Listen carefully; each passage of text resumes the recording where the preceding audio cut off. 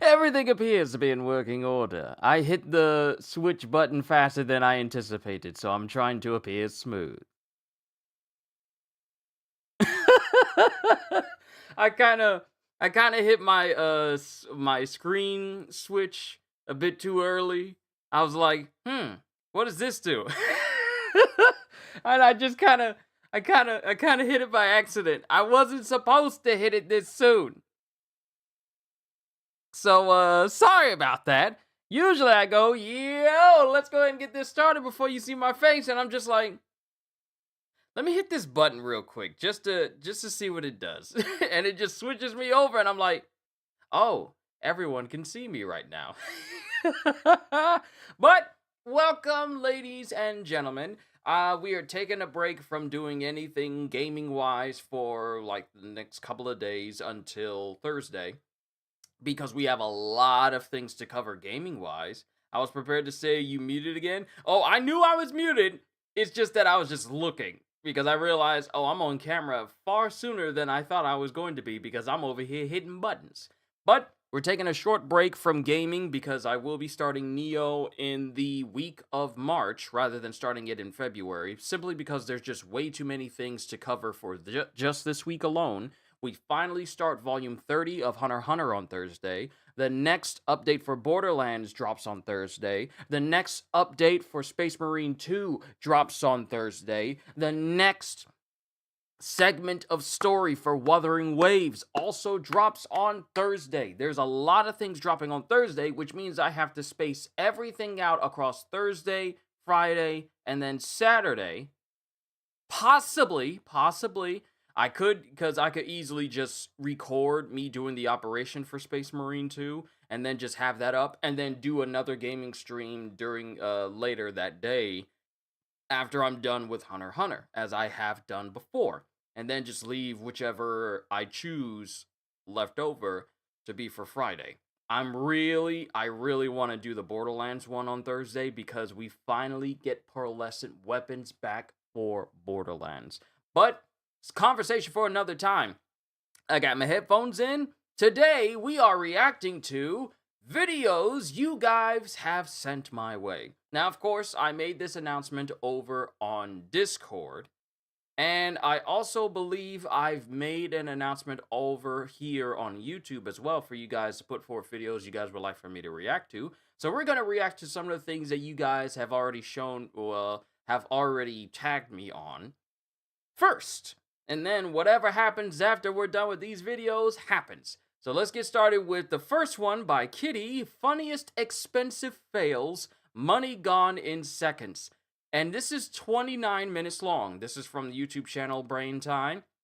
There's a link and there's the people right there. Well, as a person who, I'm gonna say this before the video starts. As a person who worked at Best Buy, I have seen countless items go in and out of the store that were already crazy expensive. From like washing machines and dryers to expensive stuff like high-end TVs, including, back during the time when people were duped into getting them, TVs with 3D embedded in them, and 4K TVs. You only did the poll here, not the video suggesting. Wait, did I not? Hold on, I thought I made a post. Hold on, let me double check. I'm pretty sure I made a post. Oh yeah, I did. I was just saying this one particular week is jam-packed with stuff. Tuesday, video sent videos reactions. But I did not tell people. I did not tell people in that post to send in your videos of what you want me to react to. That's what I neglected to do. That's on me. That's on me. But yeah, I only did the poll on YouTube, but the video suggestions and tagging me in it, that's for people who are over on Discord. So that's on me. Sorry about that. But as a person who used to work at Best Buy, I saw so many things, just expensive things pass through.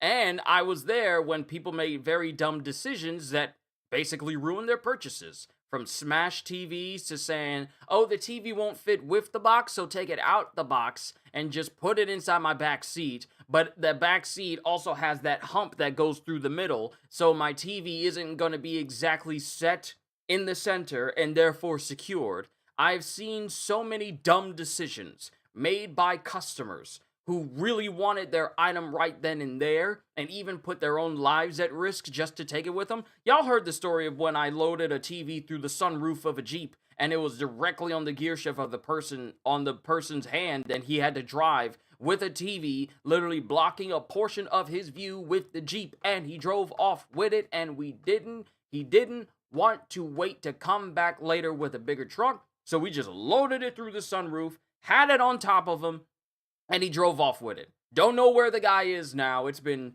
almost a decade since that moment happened. But let's see what type of fails happen to people outside of Best Buy. Hello, everyone. You got it? Yep. Oh, no! No! Oh, that's so bad! That is horrible! No! Oh! Oh!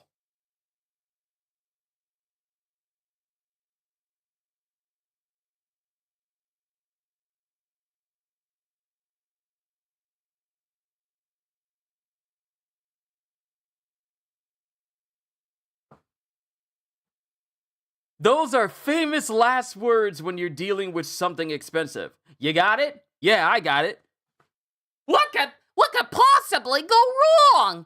Surely nothing bad'll happen to this very expensive item I'm holding. Surely nothing bad will happen to this very expensive TV that I went out of my way to go purchase. Surely nothing bad'll happen, right? But here we are. This man said, you got it? First of all, there's so many questions I have. There's so many questions I have. Why is the dolly directly right there? Why is the dolly directly where I had a feeling this was going to end with the TV seeing the very narrow edge of the dolly. I knew it was going to be bad. You got it? Yep. You got it? Yep.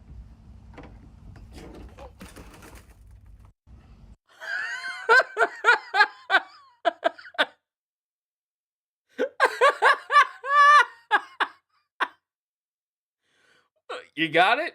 Bro, why are you holding onto the cord? You did that. Why are you holding onto the cord? You got it? Yep.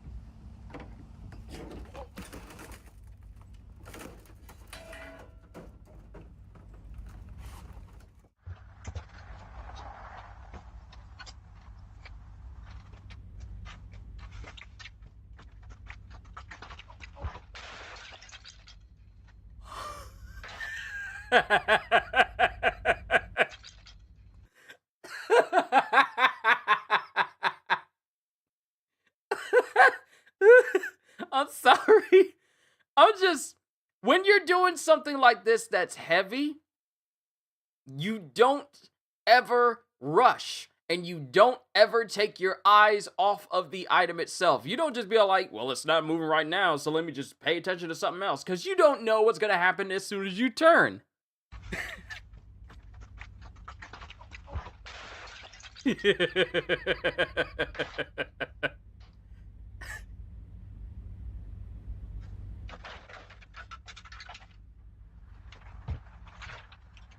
It's a whole telephone booth?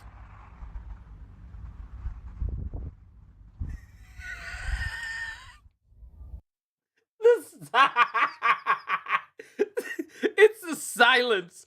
It's the silence of just looking at the damage you caused. You can't say nothing. You just stare at it. I'm sorry.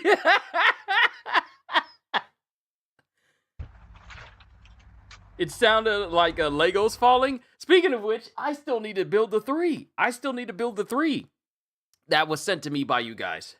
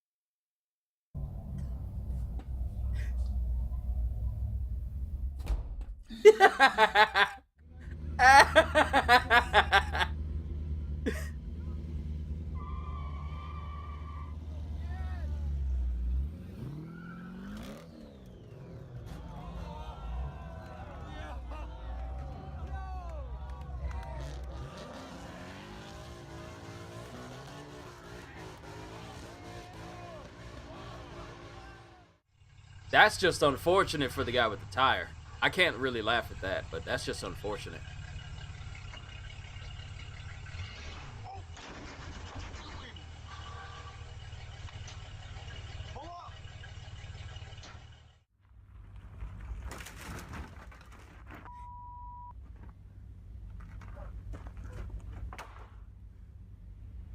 Damn it.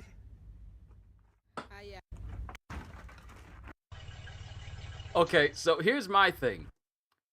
Why would you think wood this thin was a good Why would you think wood this thin was a good idea? That is literally graham cracker wood. That is literally graham cracker wood. Why would you even attempt that? Damn it. Ai, ai, ó. O essencial do João Ricardo. PlayStation.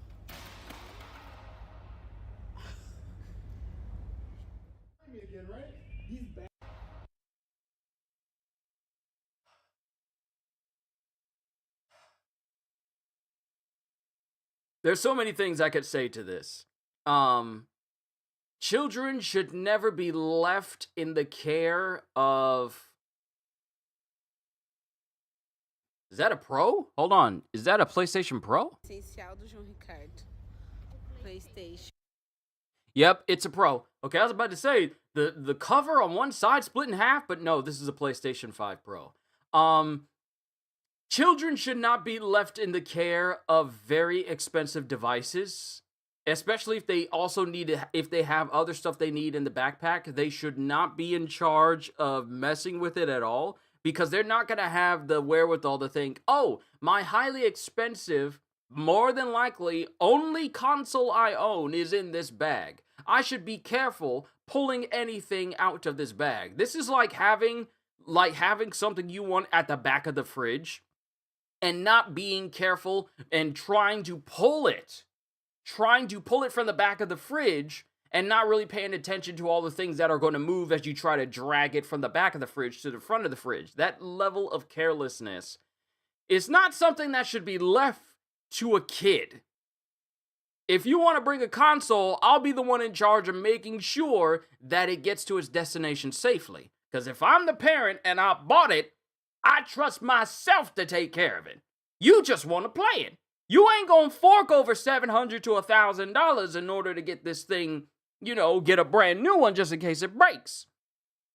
So, see, and this is the reason why I only chose, and this is nothing against my own family members. This is nothing against them. But the only person that I trust to handle all of my expensive stuff, my PS5, my Switch 2, literally any game that I have that's a disc, I only trust myself to handle them, because I don't want no scratches on them. I don't want no fingerprints on them. I don't want them sitting up on top of a surface because that's how scratches happen. I only trust myself with expensive stuff that I own because I know how to take care of them and I understand the value of $1. And I also, and mind you, this is nothing, this is not none other than against my family, but I only trust myself to handle my stuff.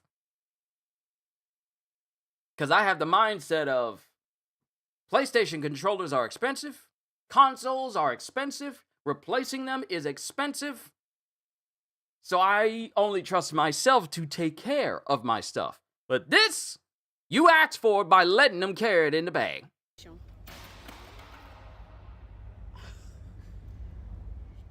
Me again, right? He's back for more. He's been knocked down like 4 times. Oh my god! Viens un po' vers ici. Vidi che ti arrête pas, non? Ça ne mogu da stepenice. Sad ću ovako. Don't. That's not good. Was too That- expensive. That's not good. That's not good. That's not good. That's not good. That's not good. That's not good. That's not good. That's not good. That's not good. That's not good. Oh.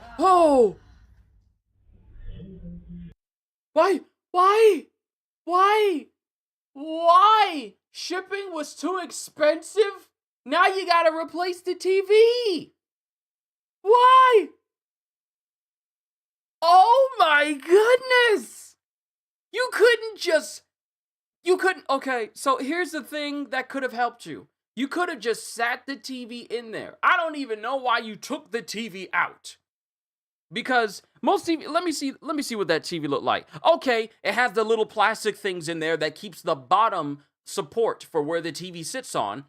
Because the way that box is situated, for those who don't know, those boxes have the outside covering.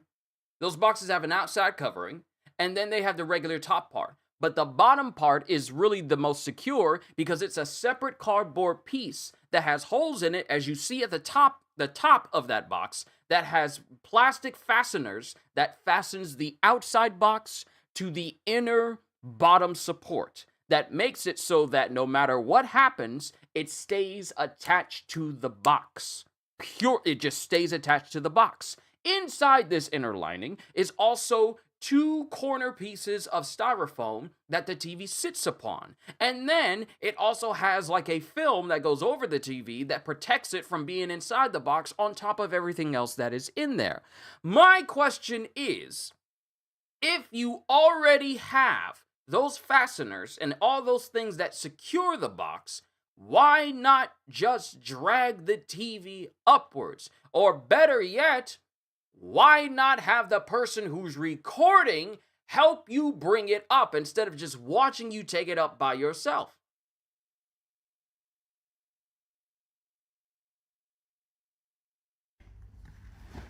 And if that person doesn't help you, there is a little grip on both sides that really tell you, because it tells you it's on the box. You see what's next to her on the box? It tells you that it doesn't take just one person to lift it out of the box. It takes 2 people to lift it out of the box. Arrogance and ignorance. So here's the thing. I'm not blaming the person who's on the camera for this thing ending up this way. It's just that I sense the arrogance from her saying like, shipping is too expensive. Well, now you're going to have to fork out some more money for your TV to either be repaired or replaced. So maybe shipping probably wasn't that bad of an idea after all. Because now the only person you can blame for your TV being messed up is yourself. And also, the way she's shoving the TV back into the box without even thinking about, okay, let me be careful and not shove it in there too hard because I don't want to damage my TV.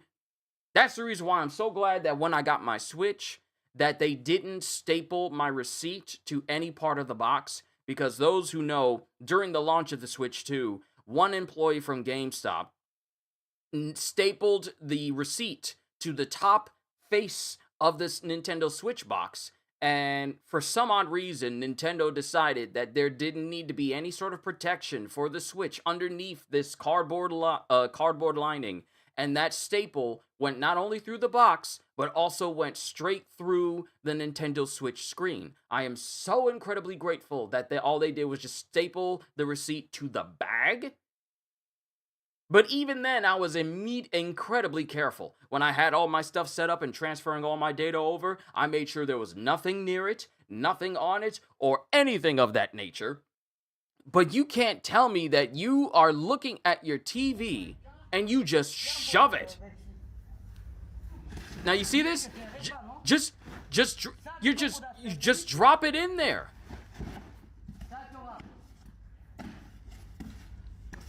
Not only that, but you don't even bother trying to make sure that the top part is secure.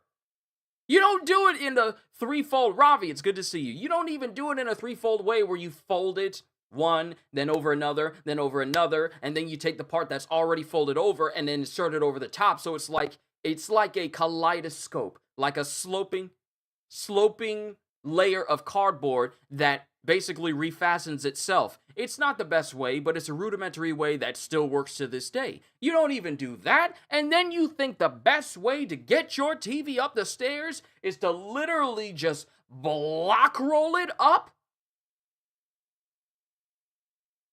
The way the handles are, and I see it, it's right next to her face. There's a hole on the cardboard. You could literally just drag it up the stairs. The stairs themselves are at an angle where you could just casually walk up the stairs and drag the TV behind you.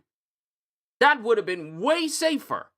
I see what you mean when you said that I might rage a little bit, because you've already watched through this, but it's how many minutes? 2! And this is an almost 30-minute video! Okay, we're moving on. We're moving on!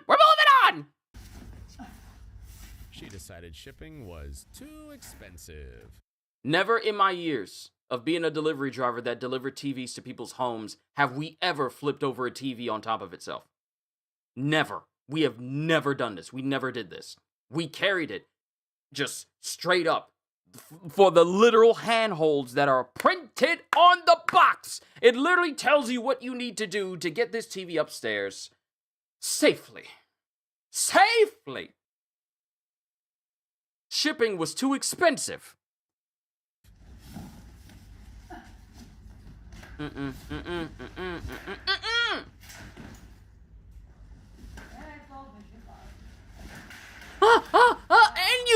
And you drag it back downstairs.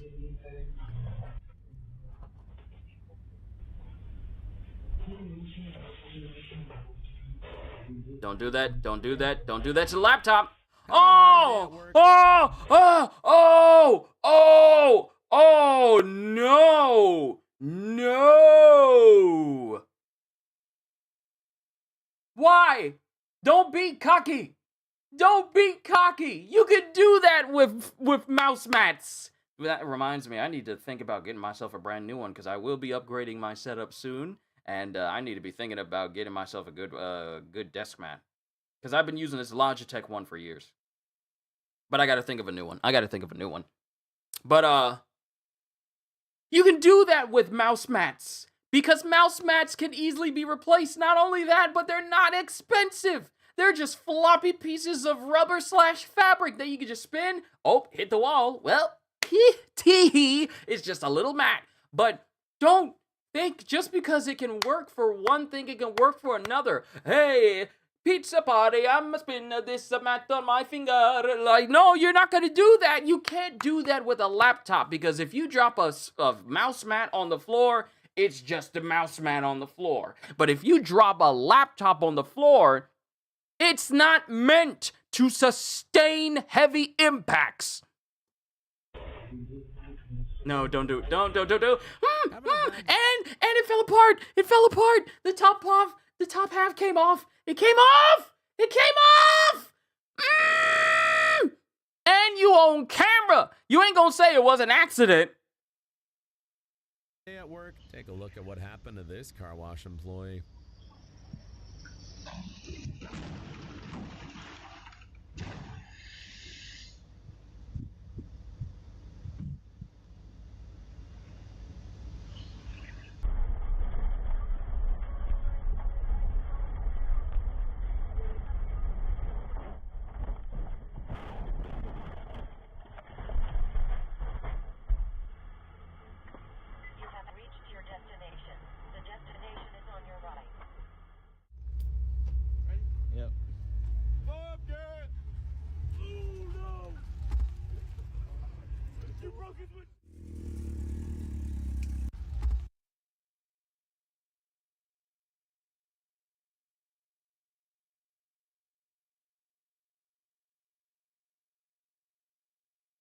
One, the driver in the truck going too fast. And secondly, these jokers just throwing, what is that, a rock? How? And also, if I see people throwing stuff in a parking lot, why am I gonna try and drive away? I don't know where that thing's gonna land. Yep.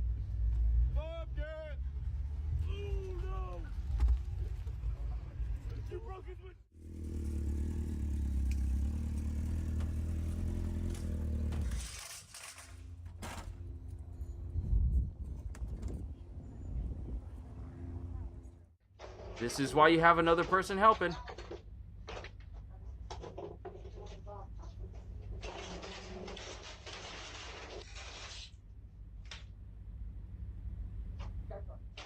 Here, so everything is good to go. No issues at all. Turn it on. It's fast, so be careful when you hit the garage.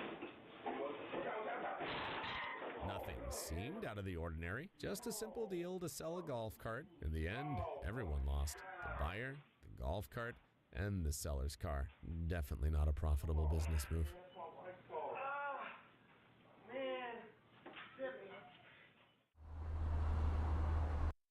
Why do people keep hitting the gas? He literally just says, it starts fast, so be careful. If I hear someone, Hybrid, it's good to see you. If I hear someone go, it's fast, so be very careful, and there's also another car in front of me, I want to make sure, like, it's like SpongeBob using his big toe, coming out straight out of the shoe, and lightly pressing on the gas pedal. Why do people feel the need to put pressure on the gas? And then, when it happens, what? Do people panic? Do people panic when they start accelerating faster than normal? Do they panic and think, okay, maybe I need to hold down the gas? Maybe their part of their brain is going like, hold down the gas. Maybe you can speed away from it. No! There are brakes! There are brakes. This is even worse than customer states because I'm just witnessing ignorance and stupidity in real time.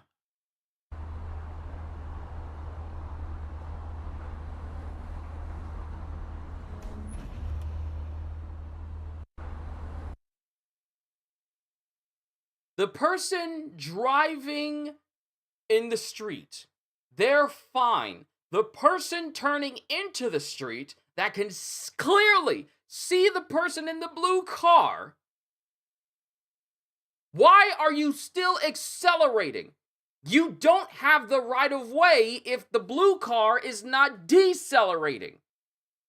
Why are you still moving? And then when the blue car gets close, yep, this is way worse than customer states. Then when the blue car gets close, you decide, I'ma still keep going.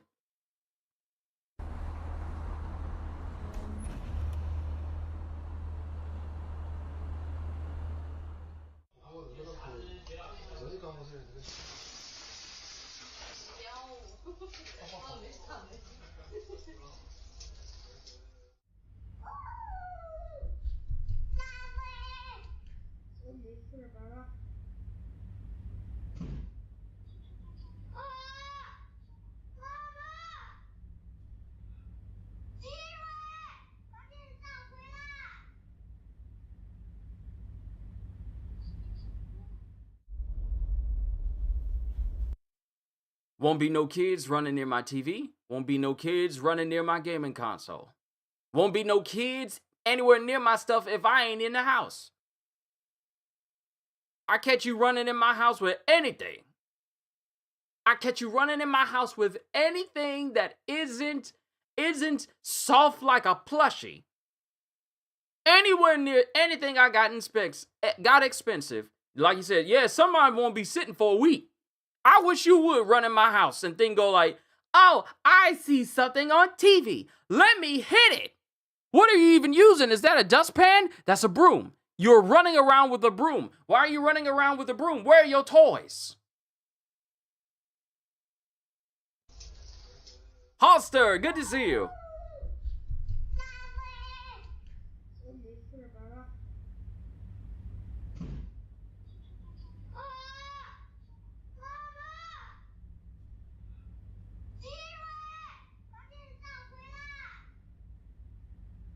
Nah, you getting whooping. You getting whooping. You are getting a whooping.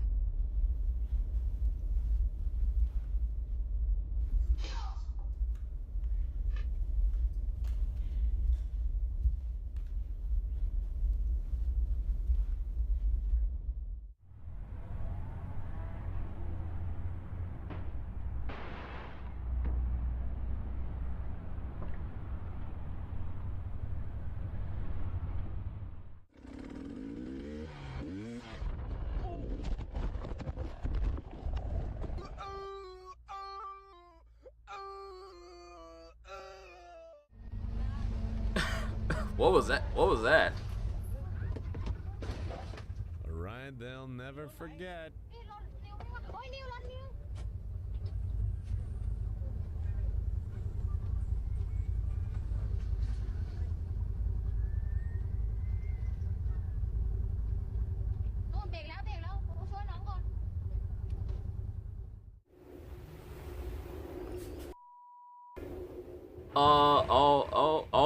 Oh. Deense boot, Deense boot, Deense boot. Oh. Oh. Oh. Ah! Heel de boel is veranderd. Oh mijn god, en nu? En nu? How is it still moving? Oh. Why is it still going? How come no one's hit the brakes? Arnold zijn boot, Arnold zijn boot. Arnold zijn boot. Oh mijn god. Oh, oh, oh. Who's driving? Oh. Why is it still moving? Oh, this is bad. This is bad. This is bad. This is bad.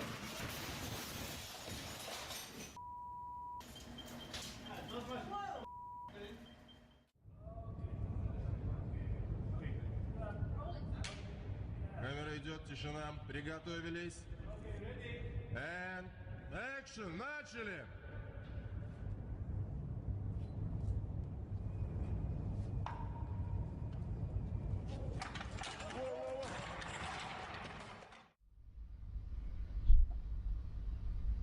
Dude, door, dude, door, dude, door, dude, door, dude, door, dude, door, dude, door, dude, door.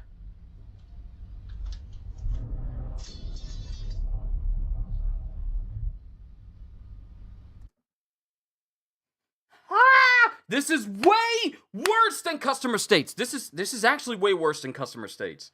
Kitty, what have you done? This is worse than Customer States. This is worse than Customer States. Why would you get out of your car while it is being washed?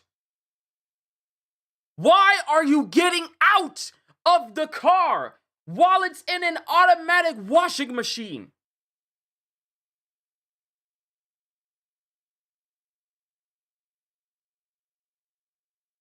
Why are you getting out? I'm sorry, to every new person that is showing up here right now, I just need you to understand. I just need you to understand that my moderator, Kitty here, Sushi Void down there, Kitty here, she revels in the chaos that she sows by showing me these videos. This is completely on her. All right, I'm just letting you know, but this is why? What common sense?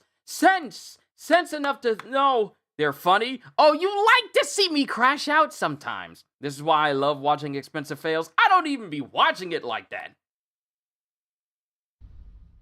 But now, it's just...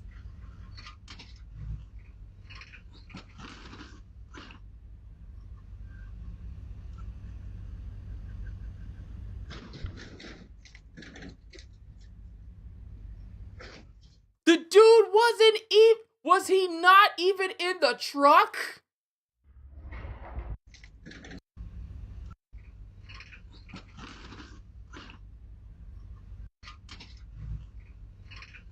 He got out of his truck.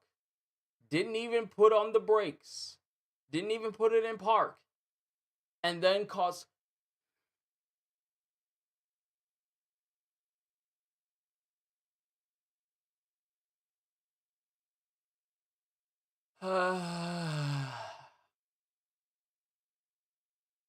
Full credit? Oh, yes. Thank you. Thank you for the super chat. I appreciate it, Kitty. I really do. Full credit. Yeah, she loves the chaos. She loves the chaos. You see the car careening out of control, and the first thing that comes to your mind is, let me just jump out of it by just slowing down. Let me not stop. Let me not stop. And then it just sails backwards. We're not even 10 minutes in.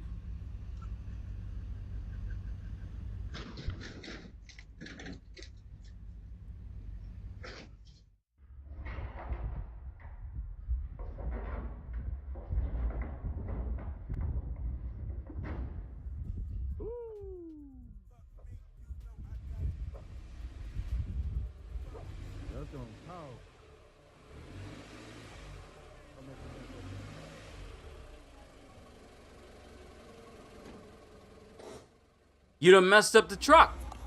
That's the reason why he can't move no more.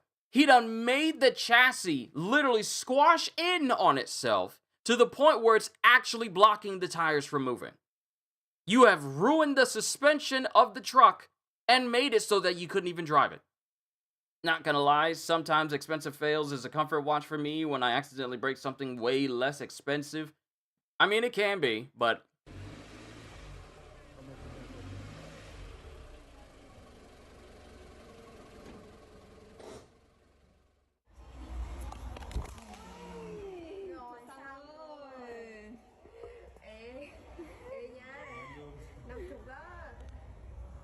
These stupid boxes have made plenty of people cry.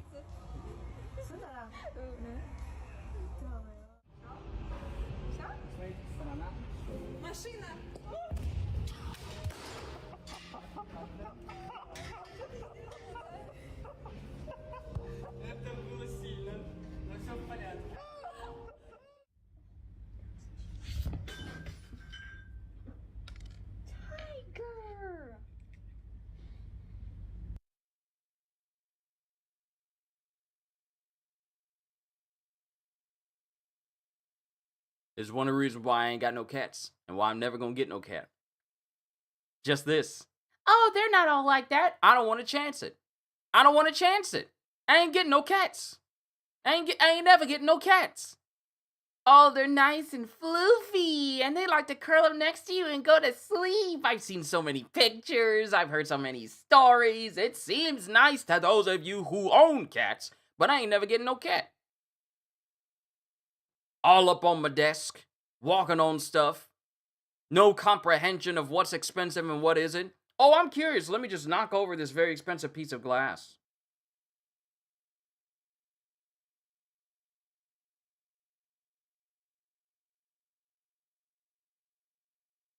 You dislike them and they'll never do it, and they'll never do that. Even sushi gets spankings. See, I understand. From a dog person to a cat person, I understand that they can learn, but I'd rather not be in a situation where it happens for them to learn that it's not okay in the first place. To be fair, the laptop was pretty close to the edge. That's also on the owner as well. Why would you put something like that on the edge? Why do people even do that? Okay, can we ask the question? Something expensive, let me put it on the edge of this surface where it could drop down into something that could cause it harm. Why do people do that?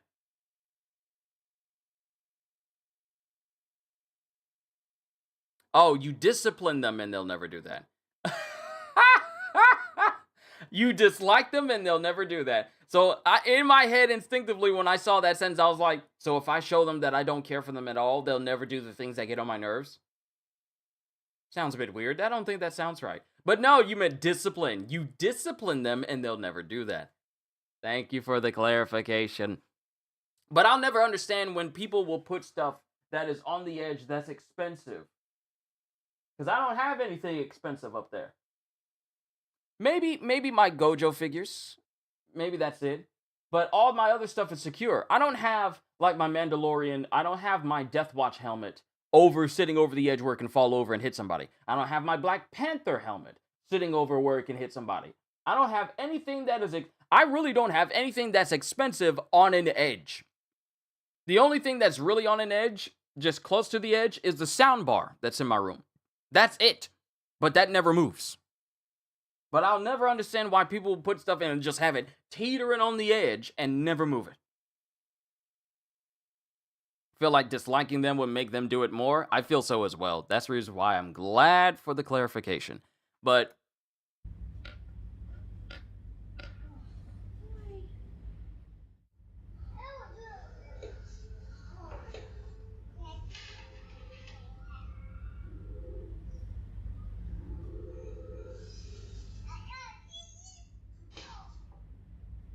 some toys just turn out way too pricey.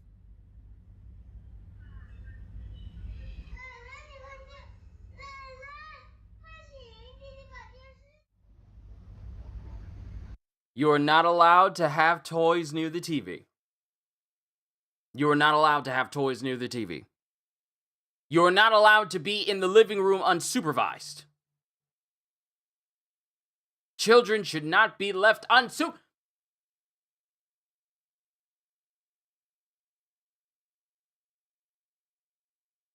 I'm gonna be nice. And they shouldn't be watching Rise of the Planet of the Apes either. Cause the monkeys already, the chimps, the apes in the movie are already throwing stuff, and you want to show that to impressionable children who are holding stuff? Apes together strong, and they're just smashing stuff in there in the living room? No! No!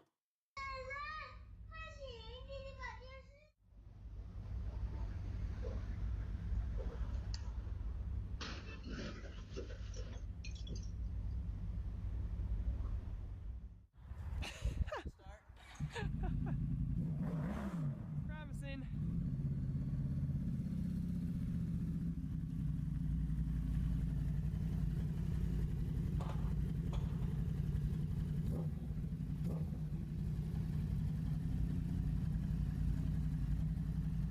Yeah. I don't trust it.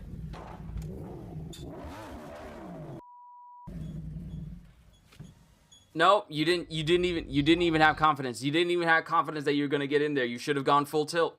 You should have gone full tilt if you really wanted to get up there. You could have avoided all of that, and then once you hit wood and on the inside, you could have hit the brakes. You didn't commit. Didn't commit. As soon as you got up to the top, you thought, like, let me just slow down a little bit. No, you should have revved up. Should have revved up. That's him. That's on him. That's his fault.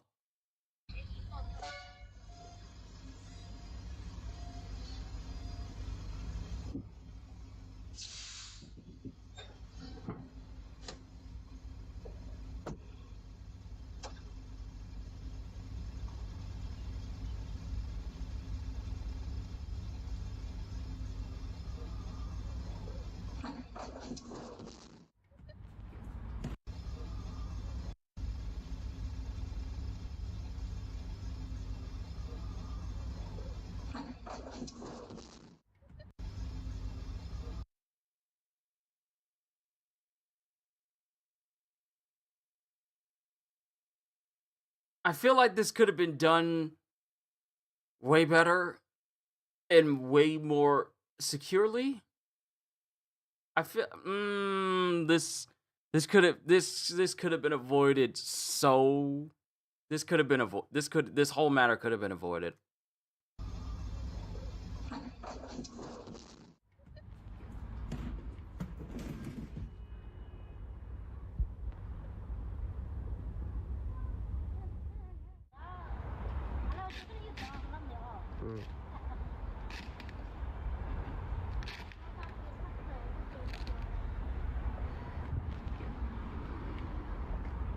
You can lose money on the stock market, or thanks to a stray dog that decides to destroy your car. The dog's got a collar. What you mean, stray dog? That dog has a collar on. Someone's dog got out.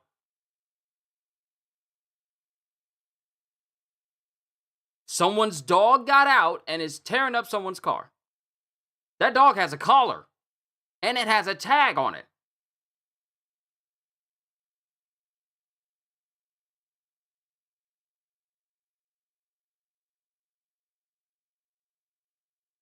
or thanks to a stray dog that decides to destroy your car.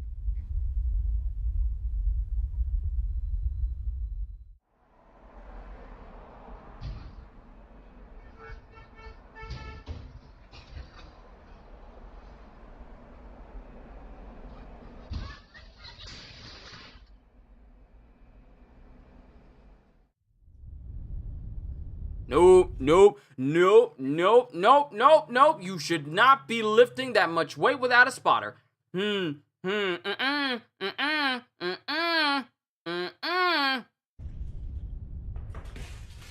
Oh!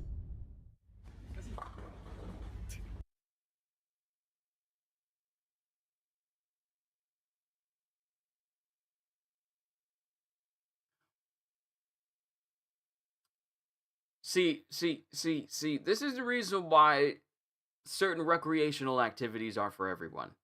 I can already assume that one of three things is going to happen. This person is going to let me just give you an assumption of what's about to happen. I'm not even going to look at the screen. And I haven't watched this.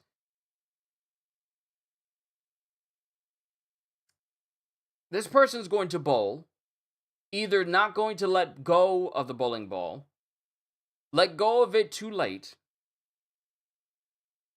and then it flies up into the air. Don't let go of it, winds up falling.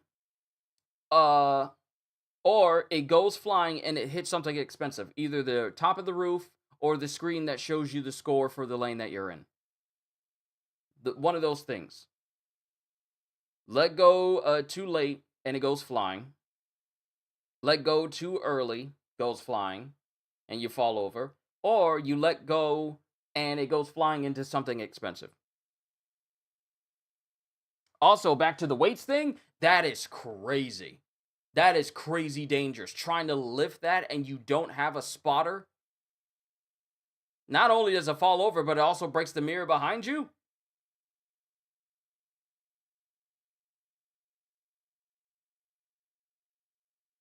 This one hurts me. Weights like that, they can and will crush you. Imagine the bowling ball going backwards. Don't like that.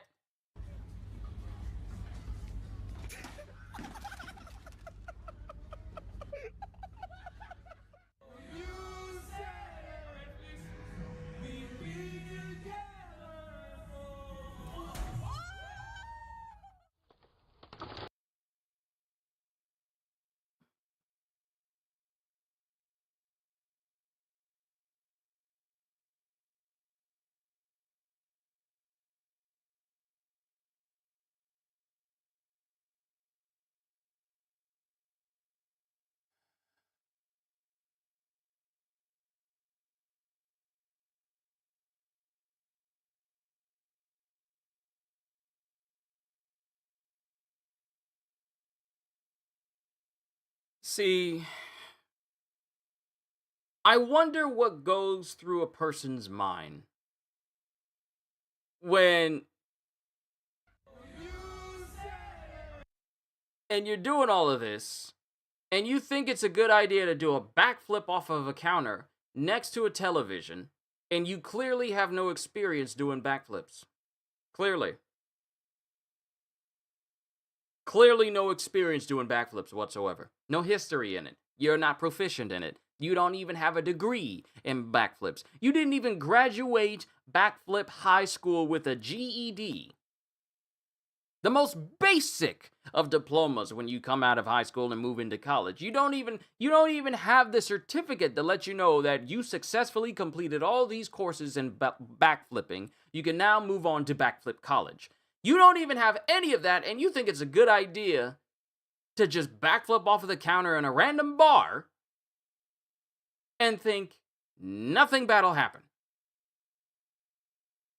This is the reason why drinking and thinking are never put in the same sentence. Lack of thinking happens to be in that sentence, but not actual smart thinking.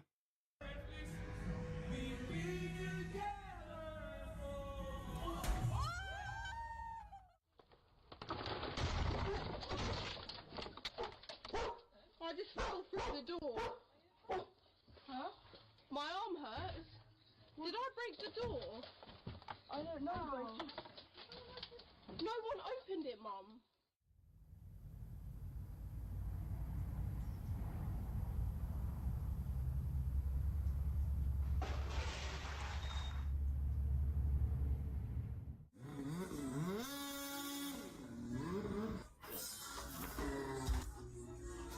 Oh! Oh! Why? Yo, Mihai, it's good to see you. Love these types of videos. We'll have to do more of these then. We'll have to do more of fail videos because apparently you guys really like it.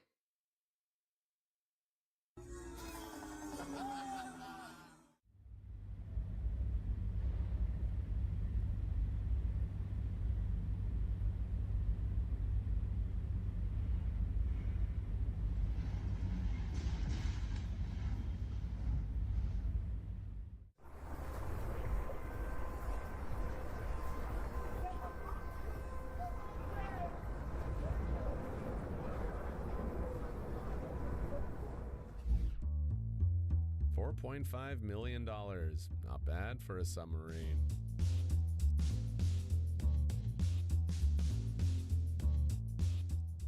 Either one or two things. There were too many people on it.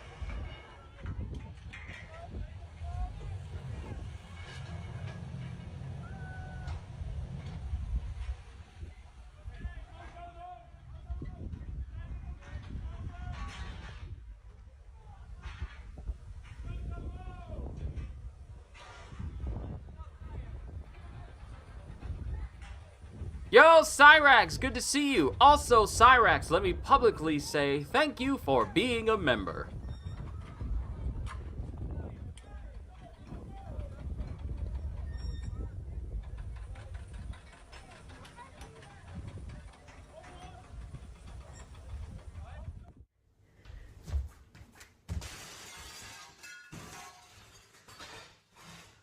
This is why you don't backflip in the house. This is why you don't backflip in the house! This is why you don't backflip in the house!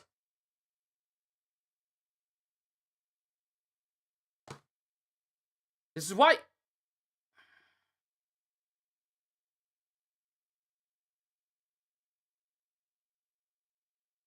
The groan? Yeah.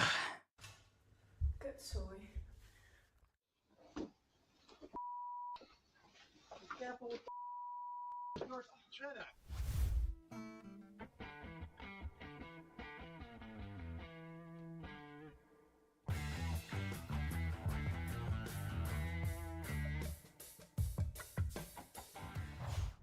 No, it's not good.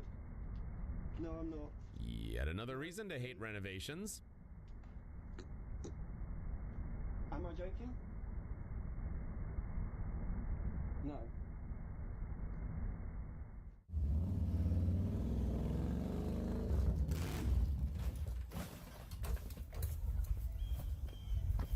Saw that one. Oh, dude. That thing's. Oh. It's gonna. Oh my god.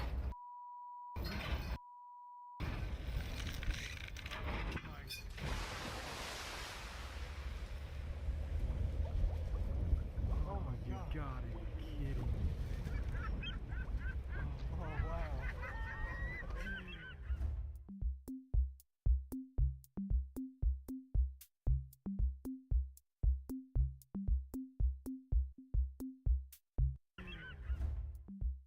First of all, why was the truck still chained to the dock? Why was it chained there? Did they forget? I hope no one was in that truck.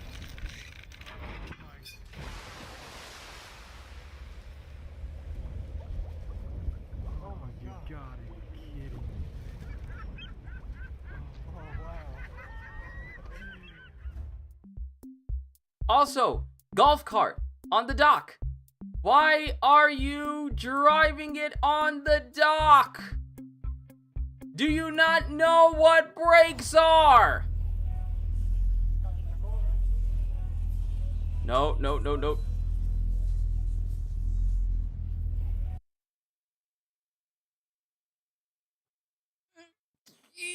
At least the seagulls enjoyed it? Yeah. Yeah, they did. Yeah. Of course they enjoyed it. My thing is though, you see these expensive cars. Why are you why? What are you doing? What are you trying to prove by being that close? All it takes is just just a half second of you being in reverse or accelerating, and then it just ruins the car. Why would you be that close?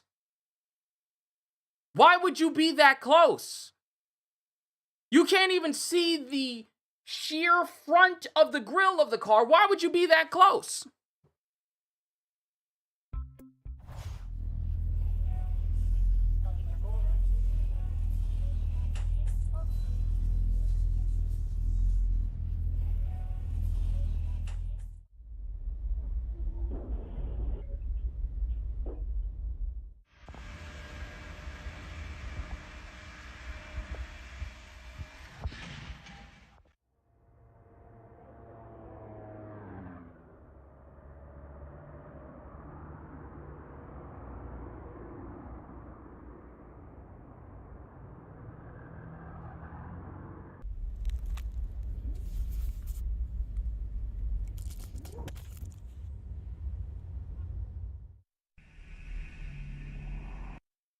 You put your phone on the windowsill. Didn't even bother to make sure it was supported.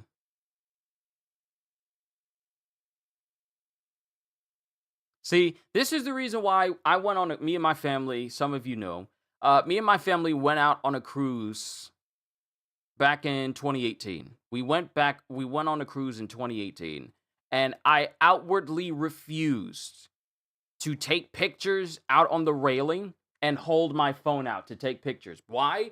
Because the innate fear of all it takes is just for one jolt, one bump, one nudge for that phone I had to be gone. It was in my mind presently. So I don't understand why people will think if I just prop it up this way, there's surely no way that my phone could fall right out of this window down to this many stories down below. I will never understand why people do that. I will never understand. Why would I put something expensive in a spot where it could easily fall if something were to happen?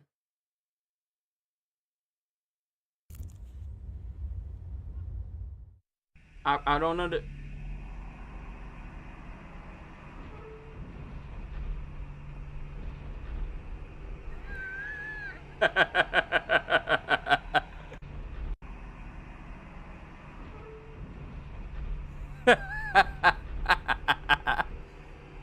Why would you come flying into a parking lot done messed up 4 whole trucks?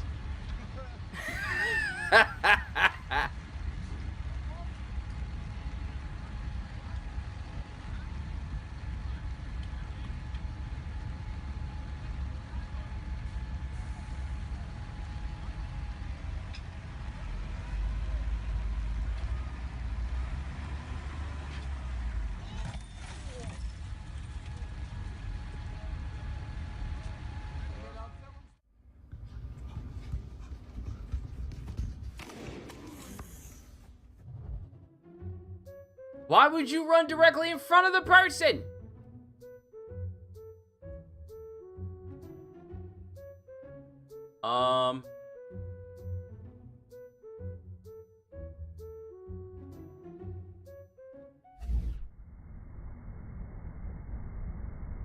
Open it over the counter. Never open boxes of expensive items standing up. Ever. Ever. Why? Every single time I see a person opening up a phone case and it's not over a wide surface,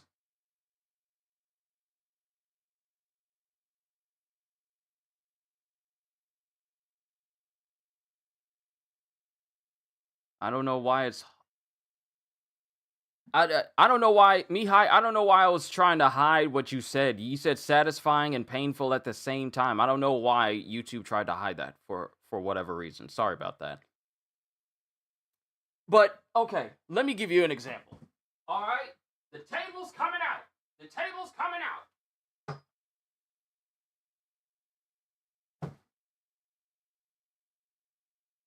All right, you see this? This is my table that I use for so many things. Building Legos, eating food, because I don't eat on my desk, because that's getting replaced. But this is my table. I use it for so many different things. You want to know what I also use it for? Unboxing stuff. When I got my Switch 2, I put it on this table. When I clean my PS5, I put it on this table. When I'm cleaning my family's phones and putting new screen protectors on them, I put it on this table. You wanna know why? Because it's safe! It's safer! It's better off when it's on a surface! The table will be here in the back, just in case I need to slam something. And slapping when you get heated. Kitty knows! She knows! I don't know why people think, oh, I got me this brand new iPhone that's already 4 figures. Let me just open it up. Here's my thing. When people want to get brand new phones, do they not look at unboxing videos? Do they not see how a person opens the box and then bears witness to how the phone is situated in the box? Apple does not care that you drop your phone. Because I think it's by design. Oh, you bought a 4-figured phone. Be very careful with it, because we put it so precariously near the top of it that all it takes is just one minor slip and then you drop your phone. Oops! You need to buy another one from us again. How are people not careful? How are people not careful?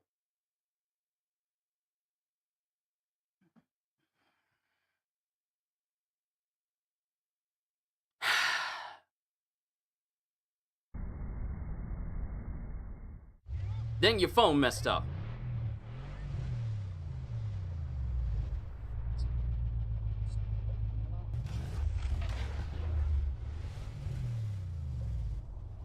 That's hot. 干得我心疼。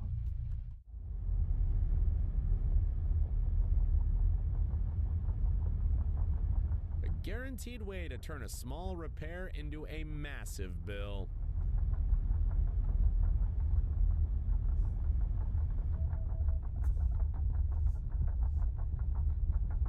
Yeah, bringing that to the shop is going to be way worse because you're still trying to drive on it and you're holding up traffic instead of pulling off to the side of the road. You're just holding up traffic. Look at how long, you see, that's where my patience, PS5. That's a regular one. I'm looking at mine. I don't stand mines up. I don't think my system is better off if it stands up. And even if it was, I would put stuff in between it to make sure that it could never get knocked over. Because I got stuff I can put right next to it.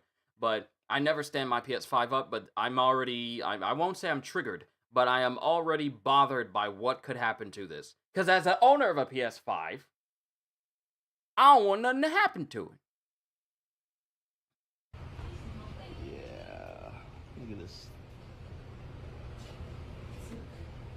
It's an iPhone 10 next to it. This is a cat. And it's broken now. Next to it. This is a cat. Stop bringing your pets near consoles. No one asked if you had a cat. No one asked for you to put a cat next to it for comparison. No one asked! Go away with your cat!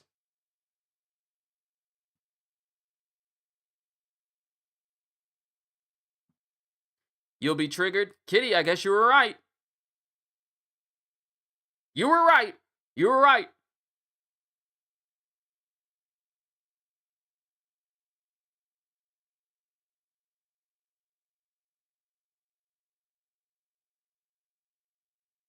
Phone 10 next to it. This is a cat. And it's broken now.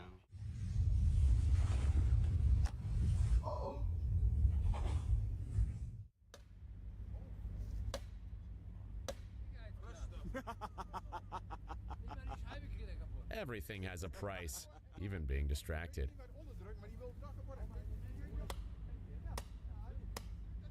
Ik kreeg het de roet niet kapot.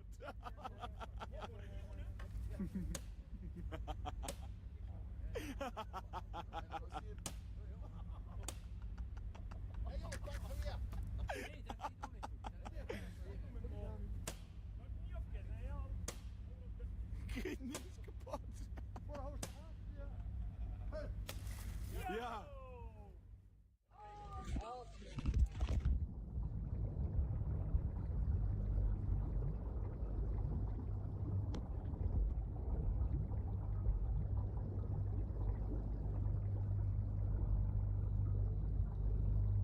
There's a reason why I don't ever take my phone near water.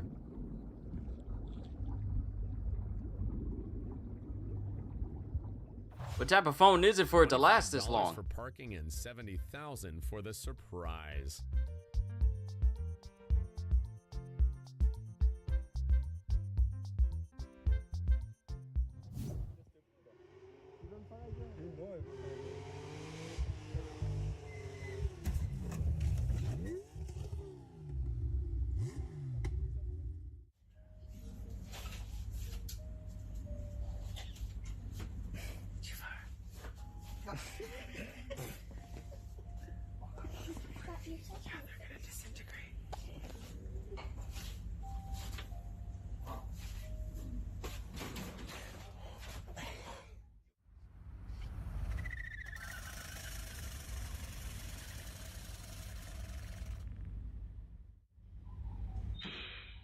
The funniest part is that he was the only one who was actually watching TV.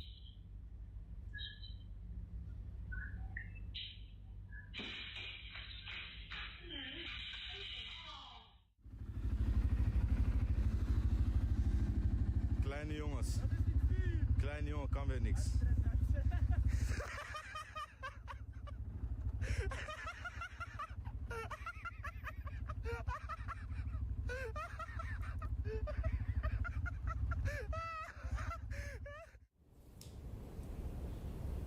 Oh, I'm so tired of seeing people unbox their iPhones. I really am. I really am tired of seeing people unbox their iPhones and every single one of them keeps dropping it. Why do people keep holding their phone in the box instead of setting it on a surface to open it carefully? Why does every single person keep opening their their phones over open space?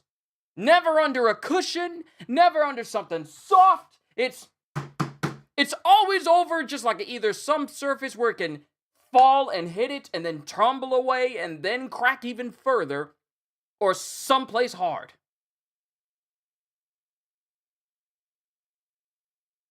Gonna clip that? Well, you'll have plenty material to work with.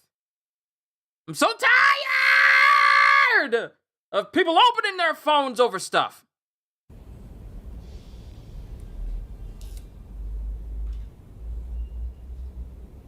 Wow. Wow. 没有自保，没有自保。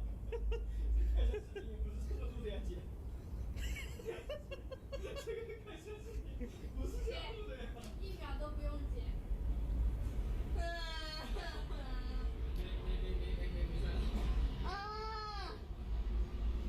Yeah, Mihai, I need to make myself some brand new stickers. I need to make some brand new stickers for the channel. I need to make some brand new ones, like one me yelling out loud. Ah! Just me yelling. I need to make some more emojis, more stickers for you guys to use. Because it's time I update it. Longer.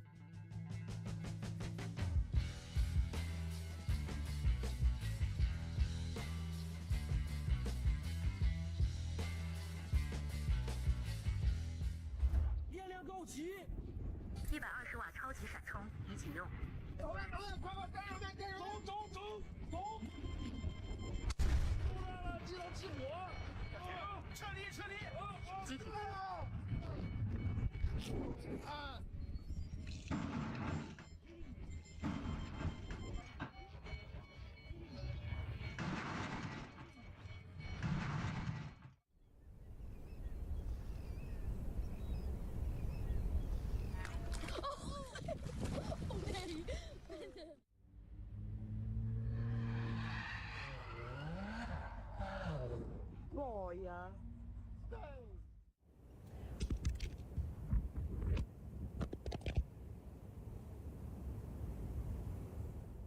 Stop putting your phone on the windowsill!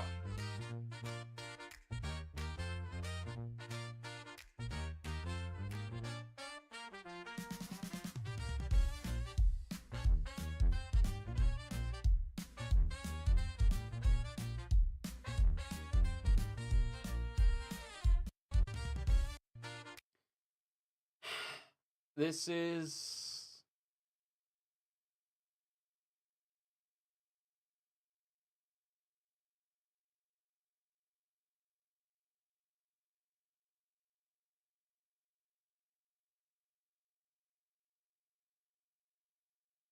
You don't let go of the TV unless it's far enough into the vehicle where it can't fall out at all.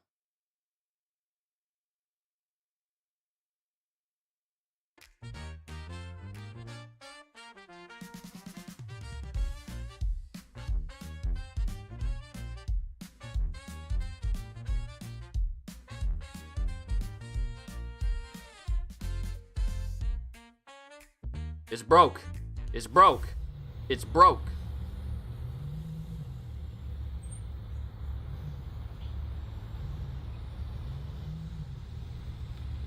How? He wrecked his car, but became a local legend. Ow. How?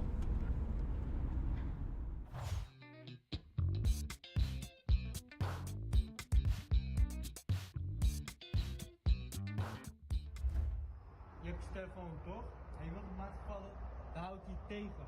Dus bijvoorbeeld...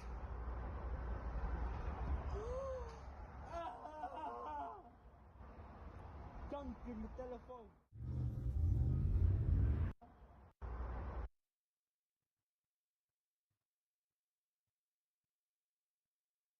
CDs, it's good to see you. I got a question. For everybody in the audience, I got a question. Why would you just casually throw your phone at a net across the railing? Why would you think it was a good idea to just toss it? Oh, this is just a safety way to keep our phone safe. But CD's good. What are you on? Yeah, Kitty did a thing. It's sending me in the worst way. Toch? En je wilt hem laten vallen, dan houdt hij tegen. Dus bijvoorbeeld...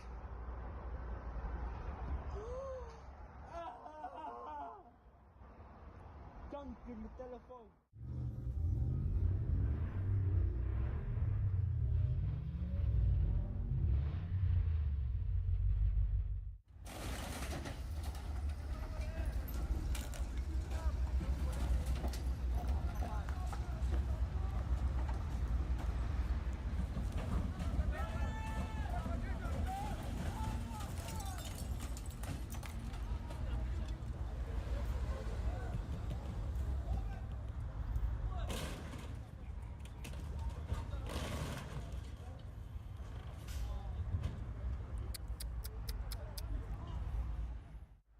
When your entire year's salary gets wiped out in 1 minute.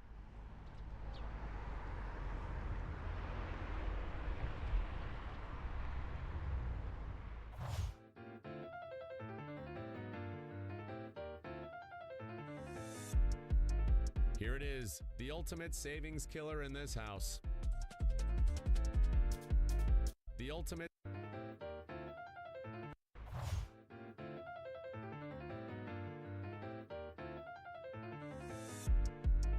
Here it is, the ultimate savings killer in this house. Was that a cat tunnel?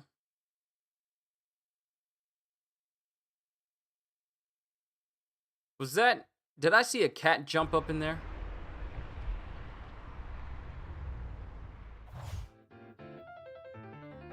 Yep.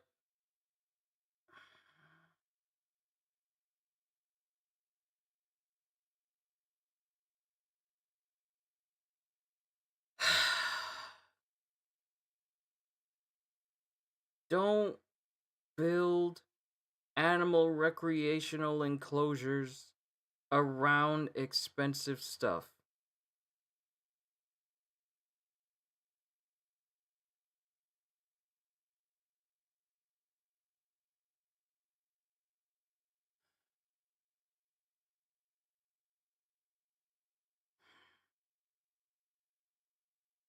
See,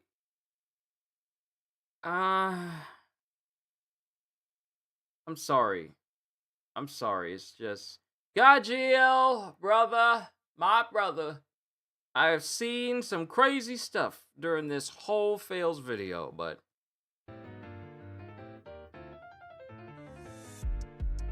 Here it is, the ultimate savings killer in this house.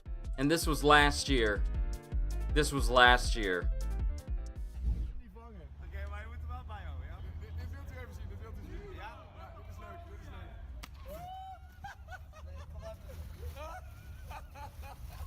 Domme nul. Nicolai, je maakt me dat. Dat even.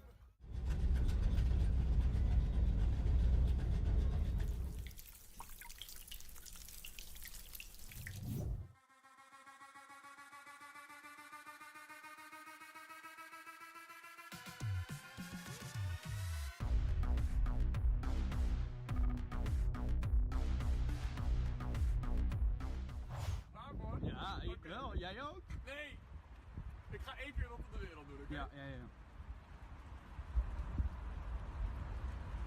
Dit moet toch kunnen? Oh, nee! Oh, is je... Nee. Ik trapte hem naar beneden. Oh my god, stomme zak. Oh my god.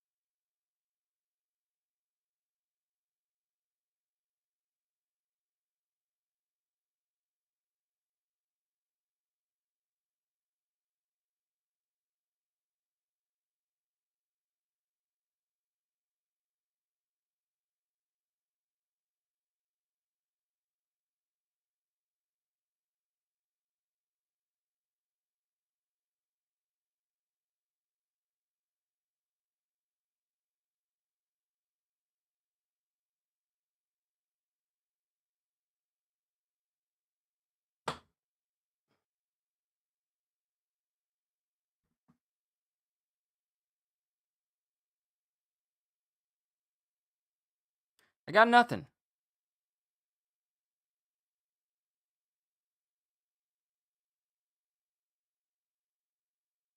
I got nothing. I got nothing.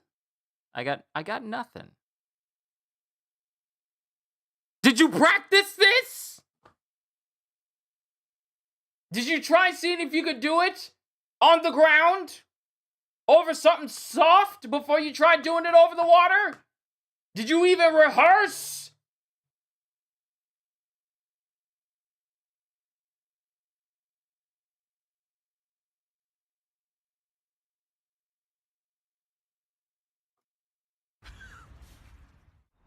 He definitely didn't need coffee to wake up that day.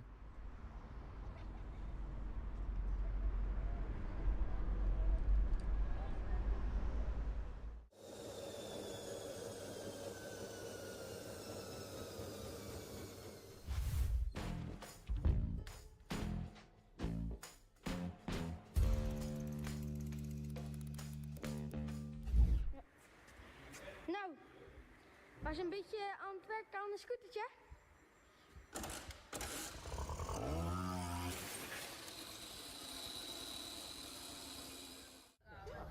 Natasha.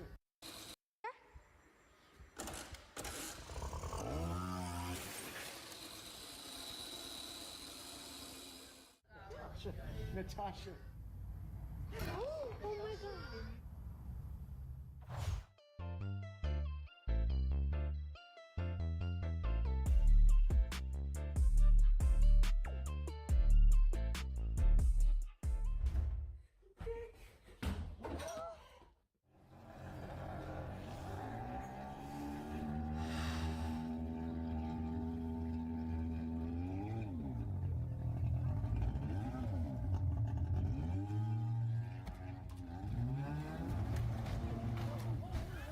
Sony.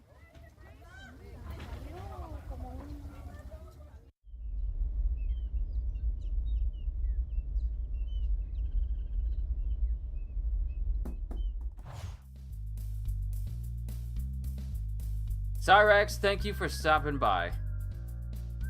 I appreciate you and all that you do. I'm just...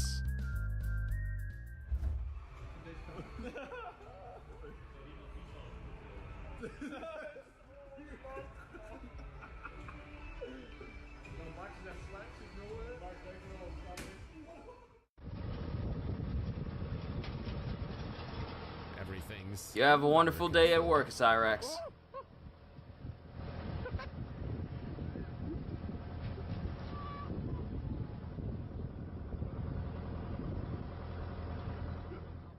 Goedendag! Goedendag, jij catch me.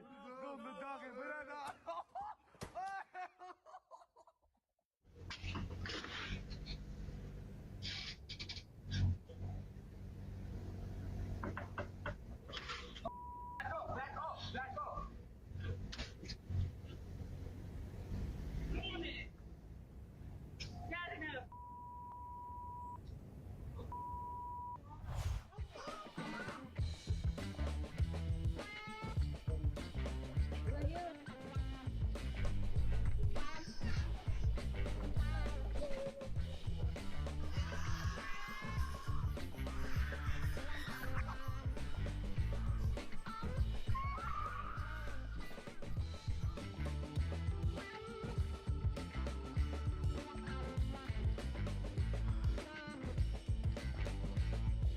Well, that was it for funniest expensive fails. Money gone in seconds. Obviously, I'm not monetizing these streams, so, you know, on the off chance it does get hit with a copyright, I thank you for all the super chats you guys have sent. But at the same time, you know, out of respect for everybody else.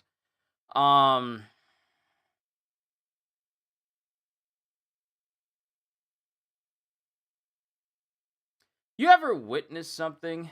Don't forget Rox's video. We're not done. We're not done.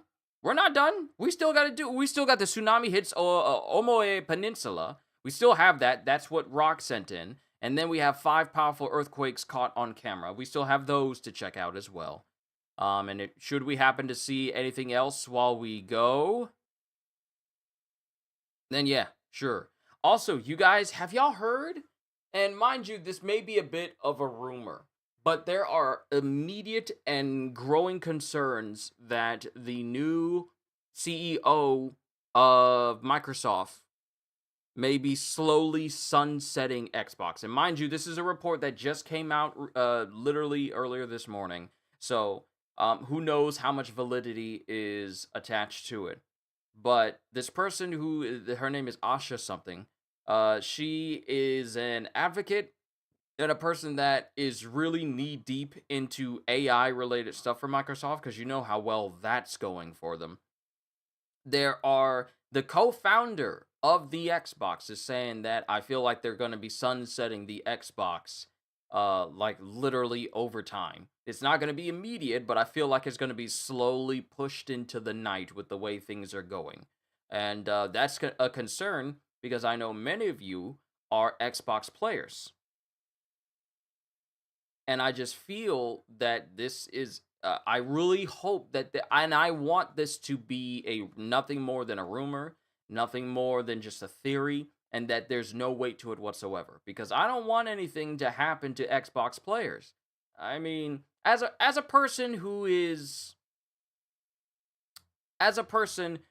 been Nintendo and Sony related for pretty much almost all of my life, a portion of it was for the Xbox 360.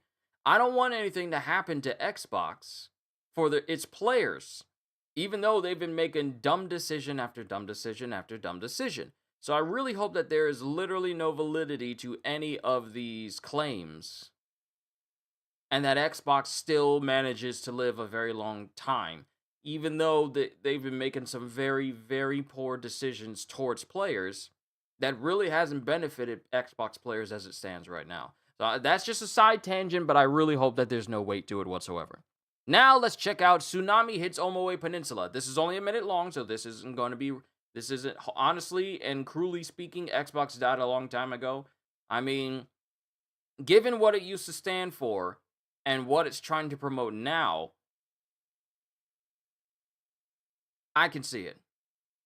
And I'm not saying that Sony is infallible, because they make some very, very dumb decisions as well, such as closing Bluepoint Studios, which gave us the Shadow of the Colossus remake and the Demon's Souls remake, both of which were very good games that I both completed and played through.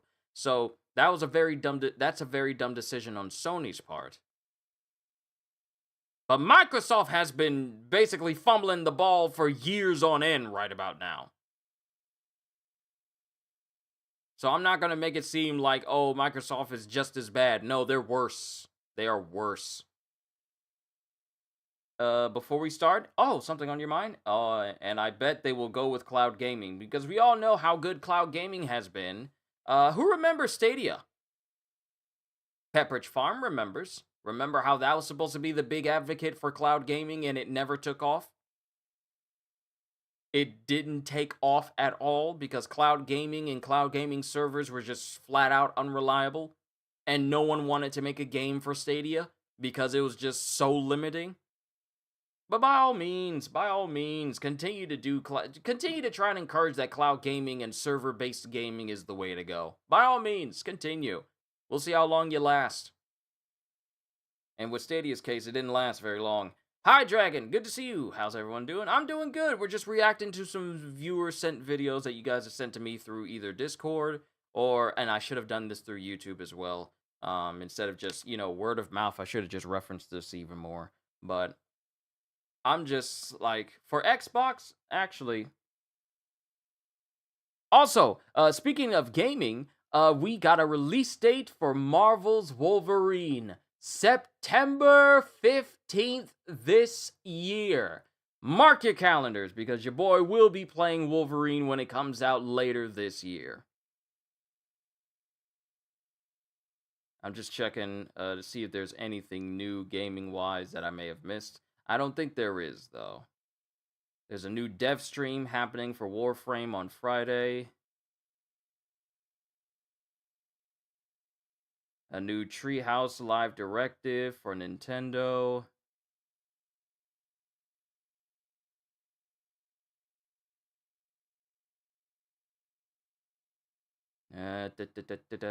Oh, let me see what you said. Pressing wrong buttons here. The thing to keep in mind with tsunamis, the ground under the sea greatly impacts the tsunami. The front of the wave will slow and lose high, but the back of the wave will keep going at max speed. So that already sounds terrifying.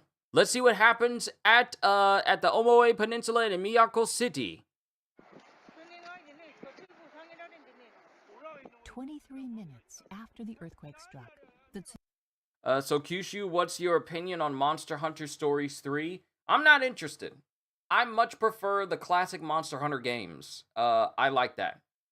I prefer those. I don't know exactly what Monster Hunter Stories is. Is it like a turn-based type game?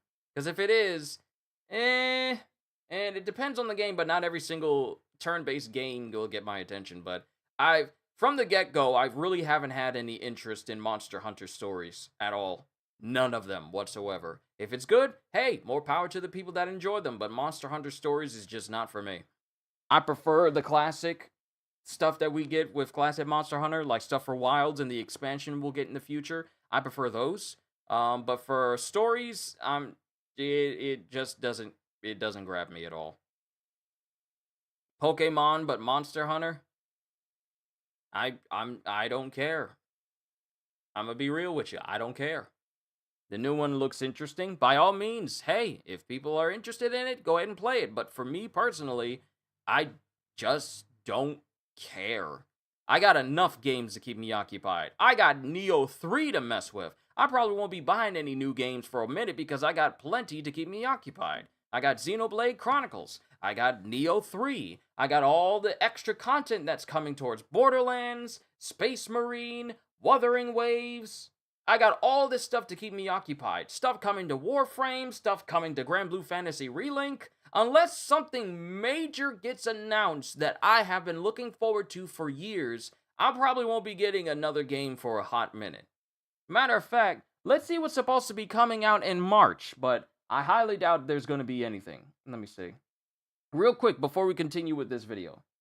Games in 2026.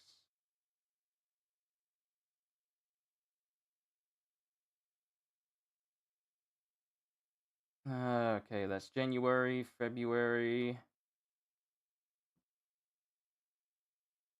Alright, so Resident Evil Requiem, that's coming out literally this week. Scott Pilgrim EX, that's supposed to be coming out. Might be keeping my eye on that one because I like the first Scott Pilgrim game. I was playing that game for you guys, and that was when I was going through some serious network trouble where none of my streams were working properly. Y'all remember through my Oblivion streams and my Scott Pilgrim streams when I was just going through that network stuff? I am not seeing anything in March. I'm not seeing anything in March that has me going like, yep, I'm gonna be playing it this month. Seven Deadly Sins game is supposed to be coming out in March because it got pushed back. That actually, the mobile version releases on my birthday. How dare you release something like that on my birthday? I really don't see anything in March that's going to be releasing that I see myself playing. Nothing new. Nope. Nothing new. Crimson Desert comes out, but I don't know if I'm going to mess with that either. So yeah, I don't have anything in March new game-wise that I'll probably be messing with that I'll probably see myself buying because, frankly, I'm going to be playing Neo 3 throughout all of it. April, however,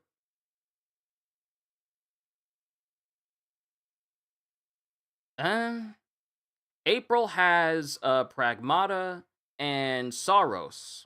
I still need to beat Returnal. I still haven't beat that. I still don't see anything in April that has my attention. Don't care about 007 First Light. May has Lego Batman. Oh wait, 007 is in May. So there's nothing in April. In May has Lego Batman Legacy of the Dark Knight. That one has my attention. I might mess with that. July...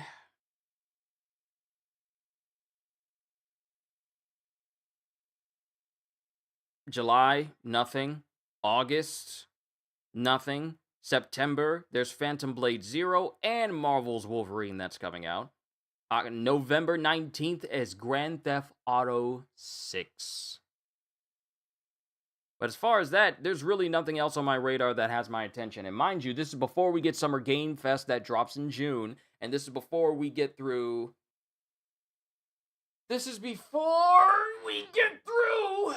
anything announced throughout the rest of February, and then in March, and then April, May, and everything else. So, who knows? Maybe we'll get like a big announcement. I do know one thing.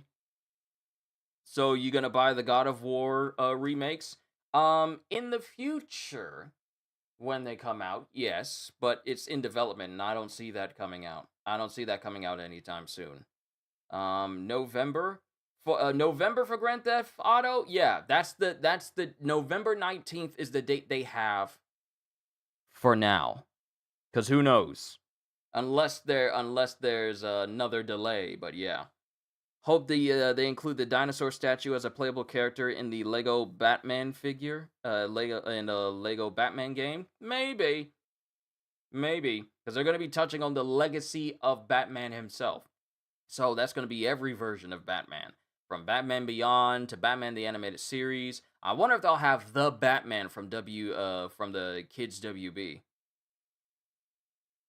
Bro, you lost topic. I did. Because I'm talking about, I just went off on a whole tangent about games, and we're supposed to be focusing on the tsunami happening in Miyako City.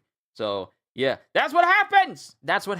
My apologies, Kitty. Let's get back to this. It's only a minute long. You would think I would get through this already, but no. 23 minutes after the earthquake struck, the tsunami hit Miyako.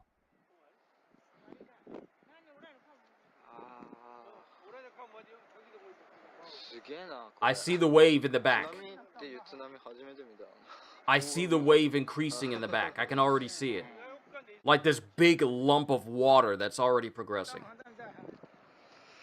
The first tsunami Kimura saw was about the height of the harbor wall. It swirled around.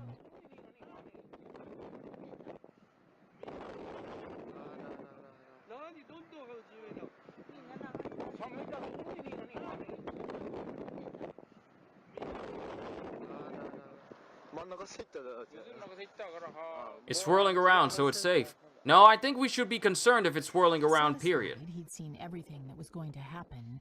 He stopped filming.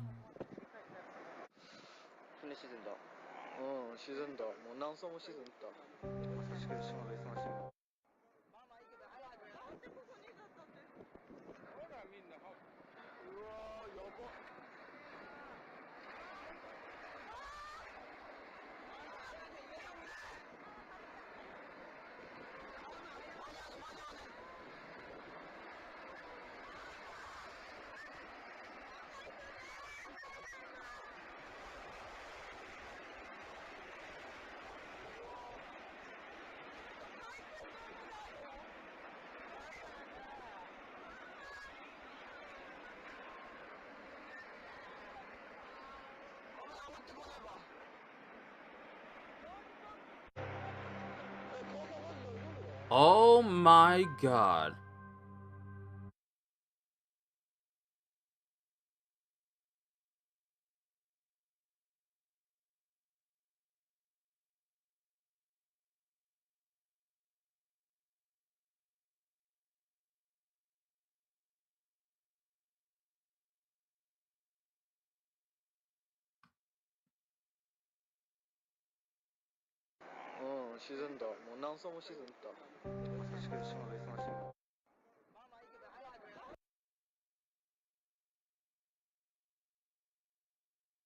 Just, it went from being this to this. This was a silent tsunami. It had no head wall in that area, so the water just increased without any visual warning whatsoever.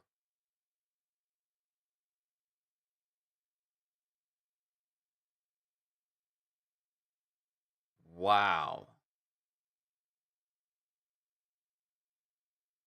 And that water just swept in everything.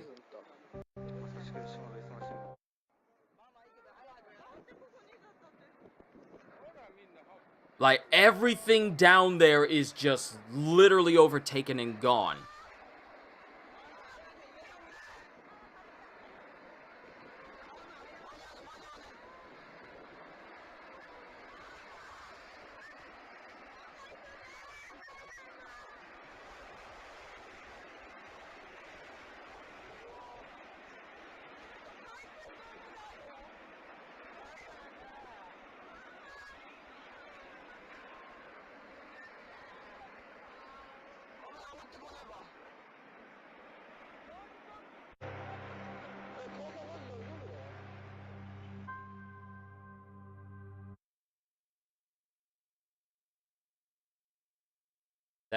That is terrifying. That is absolutely horrifying. The waves reach 40 meters there.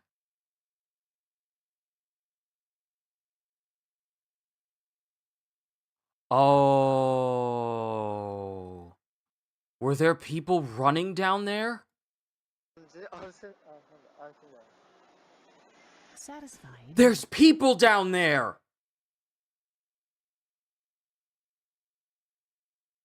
There were people down there! Seen everything that was going to happen, he stopped filming. 근데 시즌다. 시즌다. 뭐 낭서모 시즌다. 사실 열심히 하겠어.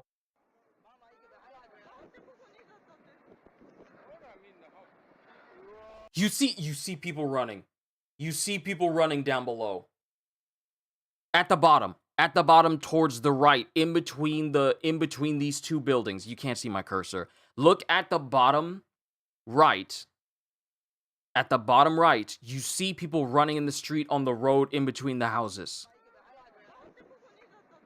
Yeah, there's one right there. There's one person there. And there's another person there. There's more people. There's more people.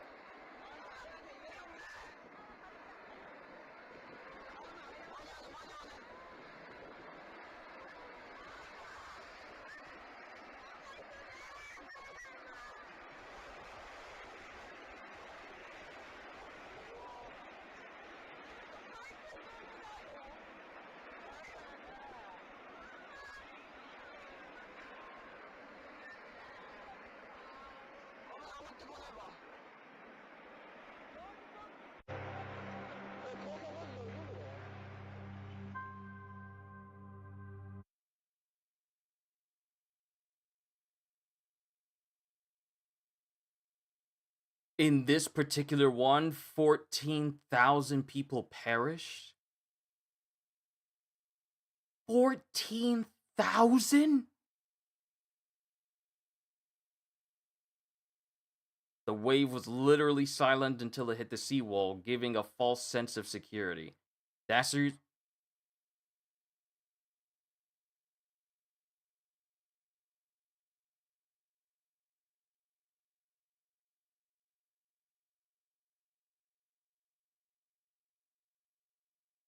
Thought I heard something.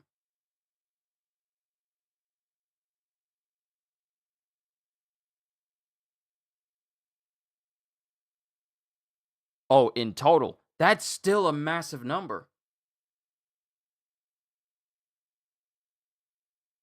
That's still a massive number. 14,000 people. That's terrifying. I gotta watch Alicia's video of her reacting to the Lego movie. And her getting scared by Slenderman. Stand corrected, it's been updated as 20,000. 20,000. 20,000.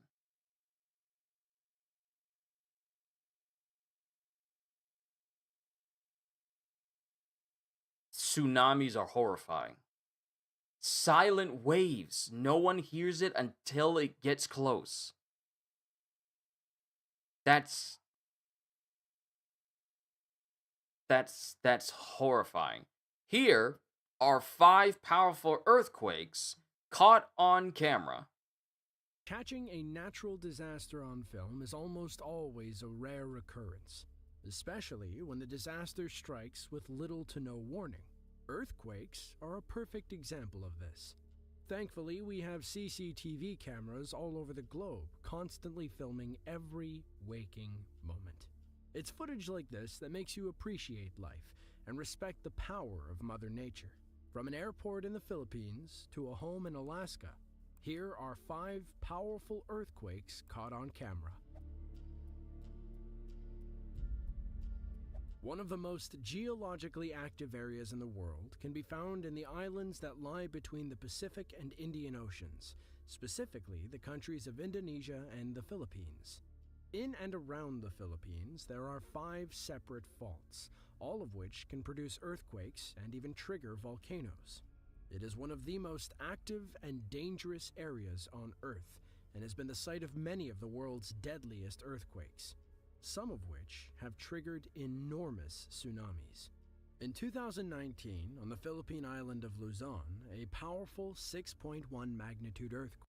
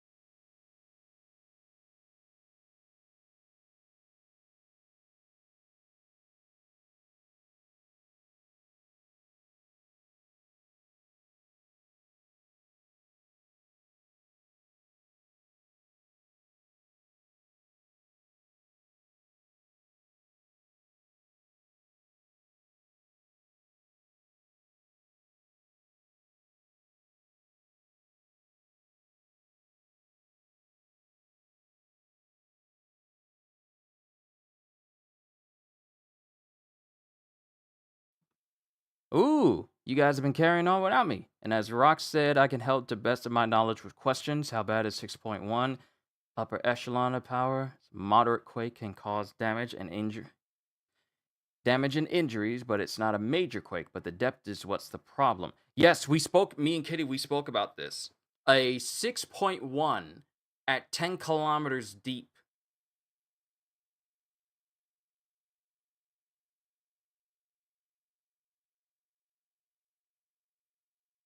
"10 kilometers is still a pretty big earthquake. Mind you, if it was like a 8.1 or like a 8.0 and 10 kilometers deep, it would be catastrophic. But a 6.1 is still very damaging and very dangerous. All right, but let's continue. Quake struck, with a shallow epicenter that was located just 2 kilometers northeast of the city of Castillejos.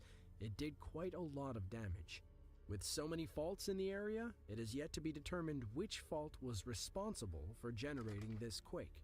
However, it was strong enough to topple a few buildings and knock out power to much of the region. 18 people lost their lives, 3 went missing, and 256 people were injured. The CCTV footage taken from various locations at the Clark International Airport shows the extent of the shaking. As you can see, passengers and employees are going about their day as normal when suddenly everything starts to shake back and forth very violently, sending people scrambling in every direction. Workers dove under the desks while travelers ran for the nearest exits to get out of the building.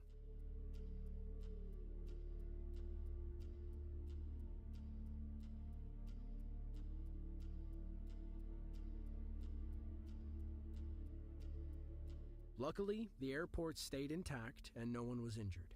However, it is crazy to see exactly how violent everything was thrown about. What really brings things into perspective is seeing that this was only a 6.1 magnitude earthquake. While powerful, it is not even close to being the strongest.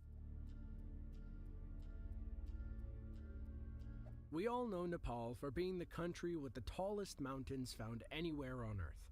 This is because the country rests at the edge of a huge tectonic plate that is constantly forcing the land higher and higher as 2 land masses are constantly pushing against each other.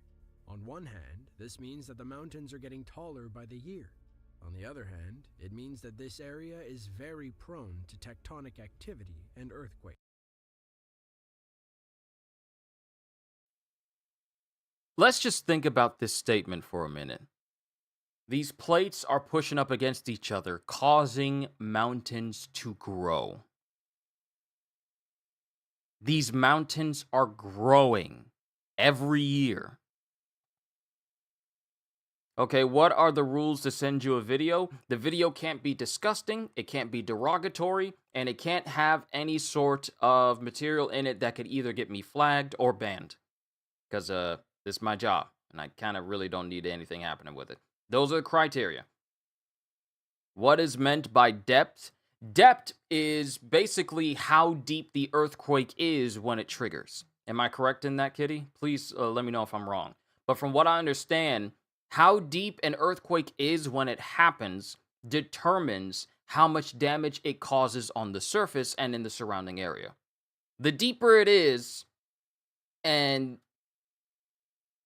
basically, the deeper earthquake is and how strong it is determines how destructive it is on the surface and the surrounding area. If it's deep but minor, it won't cause that much damage. But if it's closer to the surface and severe, it can and will devastate everything around it. So, the depth of it does apply to how much damage it can cause, but it also depends on the severity of the quake itself. If it's above a 6, and it's close to the surface, so violent video game scenes is off the table. What scene did you have in mind, Mihai? What scene did you have in mind? Because I never reacted to like video game stuff if you mean like cutscenes and stuff. I mean, there can be some exceptions. Don't expect me to react to any Mortal Kombat stuff, because YouTube be flagging that sort of violence.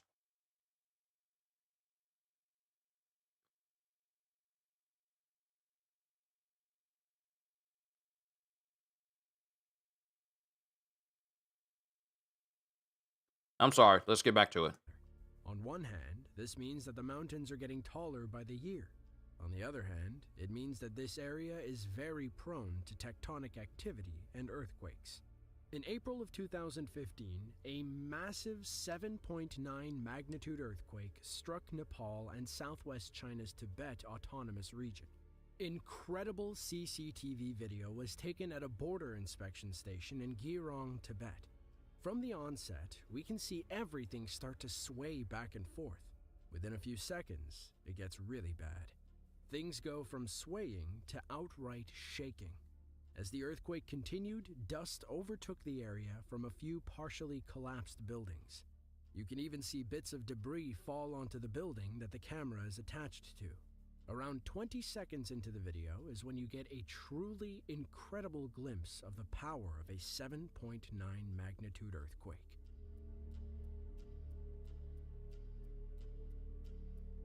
Now think for a second.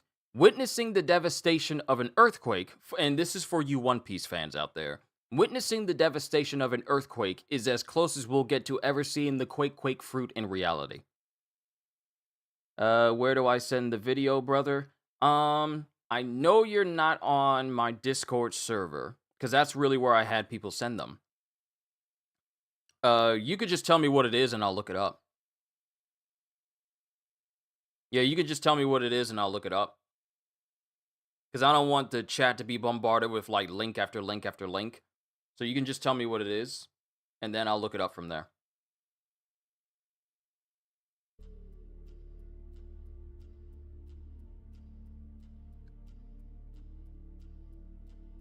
A total of 18 people lost their lives in Girong when a few buildings collapsed. However, the epicenter was many miles away, and therefore the town was spared the worst of the damage. In total, across the various regions impacted by this natural event, over 600,000 structures were damaged or destroyed.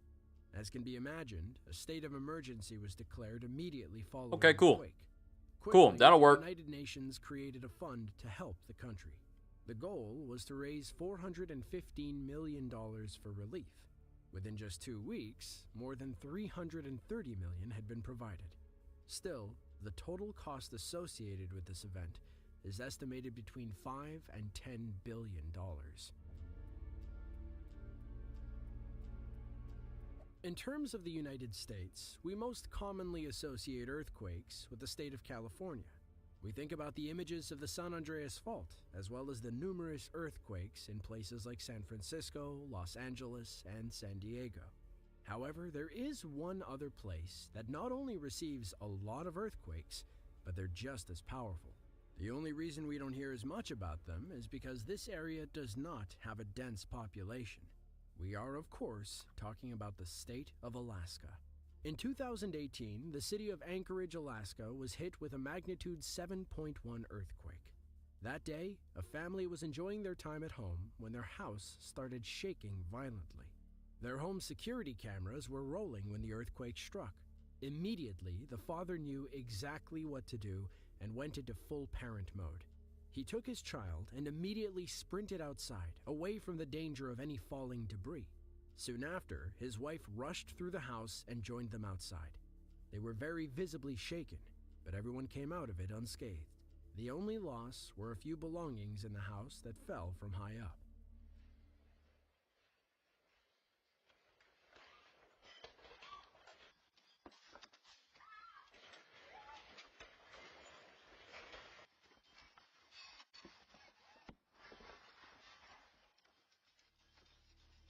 Aha. A portion of Alaska actually sits along a very geologically active line that surrounds the Pacific Ocean called the Ring of Fire. It is where the majority of the world's volcanoes are located. However, aside from being volcanic, it is ripe with tectonic activity as well. This line actually goes through the southern part of Alaska, as well as stretching the entire length of the Aleutian Islands. These are the areas in the state where the vast majority of people live. It includes cities such as Anchorage and Juneau. Although there were no deaths, Thanks, or any brother. severe I'll pull it damage up. reported from this earthquake, it was definitely a terrifying experience for the residents. Throughout the day, there were over 80 aftershocks of various magnitudes recorded. 3 of them were over 5.0 magnitude in strength. It really kept people nervous that another, even stronger quake was coming. Luckily, that wasn't the case. See, it really residents. Throughout the day, there were over 80 aftershocks of various magnitudes recorded. 3 of them were over 5.0 magnitude in strength. See, when I see this and I hear that there are earthquakes in the area, this makes me want to move away from where this big house is. Because all it takes is for there to be a shift in such a way that the entire foundation of the house just slides off the cliff. That's all it takes, because earthquakes are indiscriminate. They're not going to just do it periodically at a piece. If it feels like shifting an entire section of the earth, it is going to shift the entire section of the earth. It's not going to be like, well, I only go just a little bit so you can get out the house, or I only go a little bit at a time so that way you can gather as much belongings as you want. Nah, this is dangerous. This is dangerous. It really I don't like houses next to cliffs. I don't like them. Luckily, that wasn't the case. On Tuesday, January 12, 2010, a powerful magnitude 7.0 earthquake struck the nation of Haiti, approximately 16 miles away from the capital. Oh, I remember this one. I remember this one. This disaster was immense. Hundreds of thousands lost their lives, and over 250,000 residences were destroyed. The sheer scale of the destruction is hard to comprehend, but can be partially blamed on the country's lack of adequate building code. CCTV footage taken at the presidential palace shows us what went on there during the quake. Various parts of the building can be seen crumbling as government employees rush to shelter. The footage starts outside, where debris can be seen at the bottom of the screen. The next few shots are taken inside the building, where walls and pieces of the ceiling can be seen crumbling and falling to the ground. The video ends with a cloud of dust rushing the camera. Pictures of the presidential palace after the quake show the true extent of the damage. This natural disaster made news around the world, and quickly many nations rushed in to help, providing assistance, food, water, and support. It was a time when the entire planet seemingly stopped and came together to do whatever was needed. Despite this, though, recovery efforts have been slow. In the years that followed the quake, international interest and support dwindled, albeit not entirely. As of 2017, the United Nations reported that there are still some 2.5 million Haitians in need of help.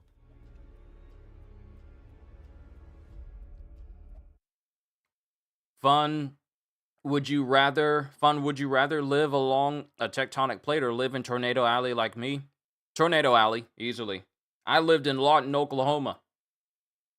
I know what it's like to live in the middle of a tornado fault line. So I'd rather live through that than be near a tectonic plate. Much rather. Anyone who knows the history of the United States, especially in terms of natural disasters, will definitely know about the terrible things that the city of San Francisco has overcome. Of all the places in America, this city is especially vulnerable, as it sits in ranges of 3 separate tectonic fault lines. In the early 1900s, the city had to endure one of the most powerful and most costly earthquakes to hit a major metropolitan area in recorded history. On the morning of April 18, 1906, a powerful 7.9 earthquake hit the city. Although the quake lasted for less than a minute, the impact from it was immediately felt, and it was especially disastrous. One of the main reasons why this particular earthquake was so bad was because the epicenter was located directly below the city, which is an incredibly rare occurrence. Buildings crumbled all over the city, and a massive fire broke out that burned for 3 days and destroyed somewhere around 500 city blocks. Even though there was a very fast response from the city's large military population, the earthquake and resulting fires took the lives of around 3,000 people and left half of the city's 400,000 residents homeless. In the middle of San Francisco was the ever-busy Market Street. In this first video, you can see what life was like. It was the turn of the century, where horse and buggy shared the street with automobiles. Gentlemen in top hats strolled along without a care in the world. That is, until the earthquake struck. The second video shows the same street after the disastrous quake hit and the fires burned. Hello, Jenny. It's good to see you. Were left standing, but the ones that remained were badly damaged. As people walk by the camera, it is evident that they were still in shock at what was going on around them. It's a somber thought that many of the people in the video are walking around after just losing their homes. Few other natural disasters in American history have been as costly as the San Francisco earthquake of 1906. Earthquakes are definitely a scary thing to have to endure, but seldom can we develop a true appreciation for their power until we can see them for ourselves. To see more videos about natural disasters caught on camera, be sure to click the link on screen now. With that, thanks for watching, and we'll catch you in the next one.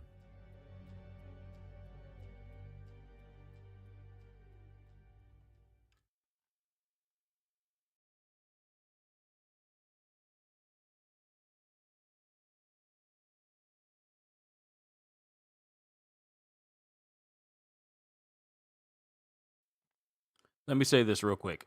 For you, Jenny, surviving a tornado,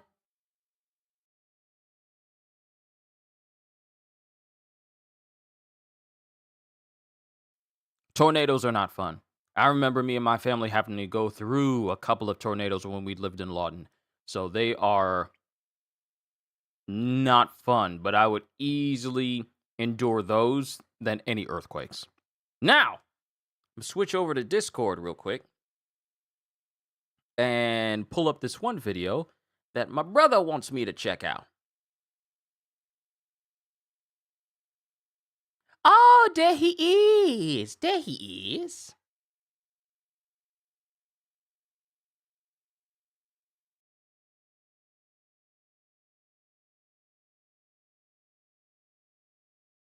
Here are 7 gaming YouTubers who perfectly represent the 7 heavenly virtues, starting with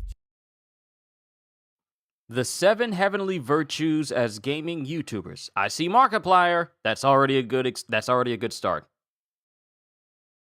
Charity, best shown by Markiplier, who went as far as launching an OF account just to raise millions of dollars for a children's charity. Back in October 2022, Markiplier would share a controversial decision with his 38 million followers. All right, here's the deal. I will start an only if you meet my conditions. It's number 1.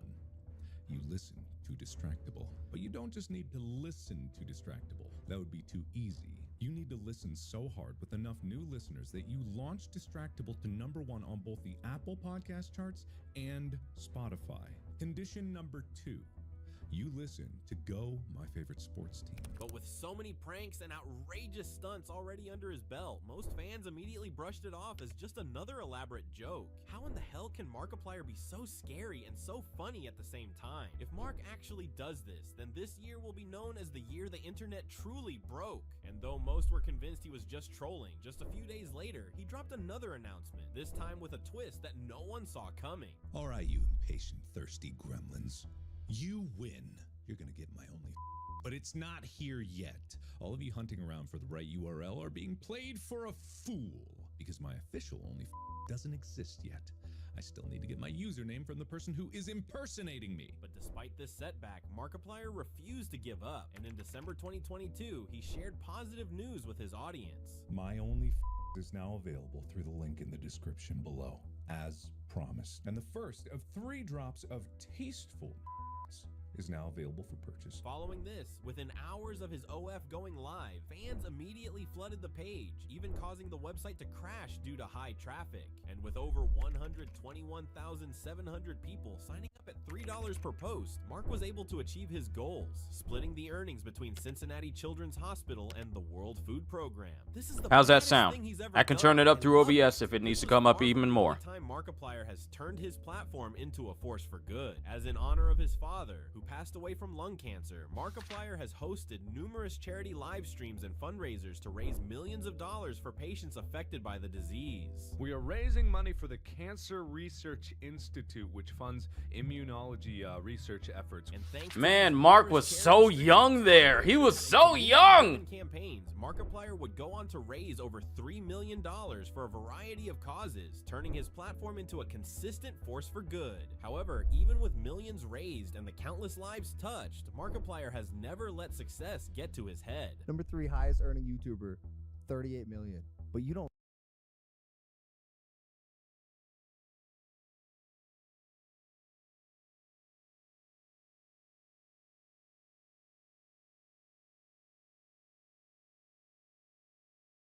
Wow, you guys couldn't even hear me. Yep, the sound is low. I switched it back. So you guys let me know how it sounds. Don't lead with money. No, I make an ungodly amount of money, and it feels unfair. When I have what I have and I'm able to do what I do and I'm able to eat, have a roof over my head, able to do whatever I want, whenever I want, the next thing I do is just like give it away to people that need it or try to invest in my friends to be able to lift them up. Markiplier is basically the Keanu Reeves of YouTubers. This is why I have so much respect for Markiplier. He became really successful, but it never went to his head. As of 2026, he continues to take part in fundraising live streams for causes like cancer, mental health, and disaster relief, often collaborating with other creators to boost impact. But while Markiplier's act of charity has touched millions of lives around the world, Vanoss Gaming's diligence is proof that with long-term grind and consistency, anything is possible. Back in 2011, Vanoss Gaming, real name Evan Fong, would make a name for himself in the YouTube gaming space with his hilarious montage-style videos and chaotic multiplayer gameplay, which had viewers laughing non-stop. I want you to do it. Hit me. Where are they? Hit me. Where are they? Hit me.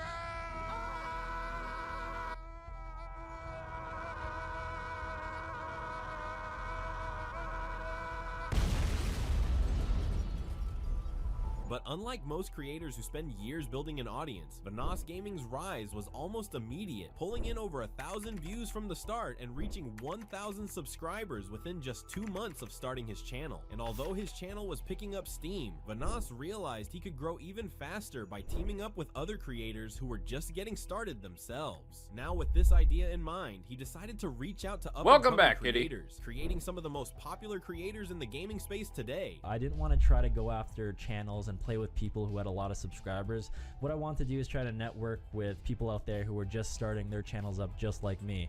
So what I literally did is I searched on YouTube for titles like first gameplay commentary so I could find channels who are just starting out, and I found a couple people and I messaged a few of them. And thanks to these collaborations and a noticeable jump in video quality, his channel as of today stands at a staggering 26 million subscribers and is still growing. However, it wasn't just his numbers that grew, as Vanoss's diligence and commitment helped the entire crew rise together, turning the Vanoss crew into one of the most famous gaming groups on YouTube with over 100 million subscribers combined. But this diligence goes far beyond just gaming, as to this What you mean? day, Evan still maintains My family got me a routine, filet of fish meal. encouraging fans to stay disciplined in their own lives. Cheat Remember, day. This is the guy who made our childhood. I'm still watching Vanoss to this day. We'll never stop watching Vanoss and others in the Vanoss crew. In the end, Vanoss... I can't tell if this is an AI saying this because it's Vanoss. It's not Vanoss, it's Vanoss. Vanoss!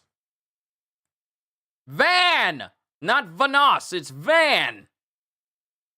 The pronunciation is really getting on my nerves. Ever since because as a person who was young once upon a time, I remember watching H2O Delirious and Vanoss, you know, in my younger days when I was still in high school, just watching them, and I felt like, yeah, these dudes are hilarious. Delirious with his still old microphone, because I remember when Vanoss, he got like a new mic and people didn't like it because they enjoyed his Xbox Live mic quality, because that's pretty much the best quality. That's pretty much the quality many people grew up with. So when he tried to switch over to a new, better mic, he was all like, no, this isn't Delirious. Go back to the old mic. And that's what he basically still uses to this day. But it's amazing how far they've come and how much better their lives are. Now, mind you, there have been, slips here and there. There have been controversies and a whole bunch of different things happening between them and other people as well. But I'm glad that they're still doing what they love to do.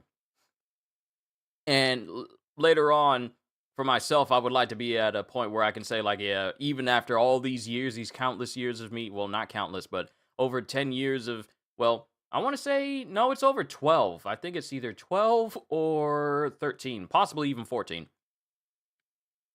That I can look back on this and say, like, yeah, I remember those days and I'm still going strong. So we'll see. But at the same time, I'm happy that they are happy, even though they have no idea who I am.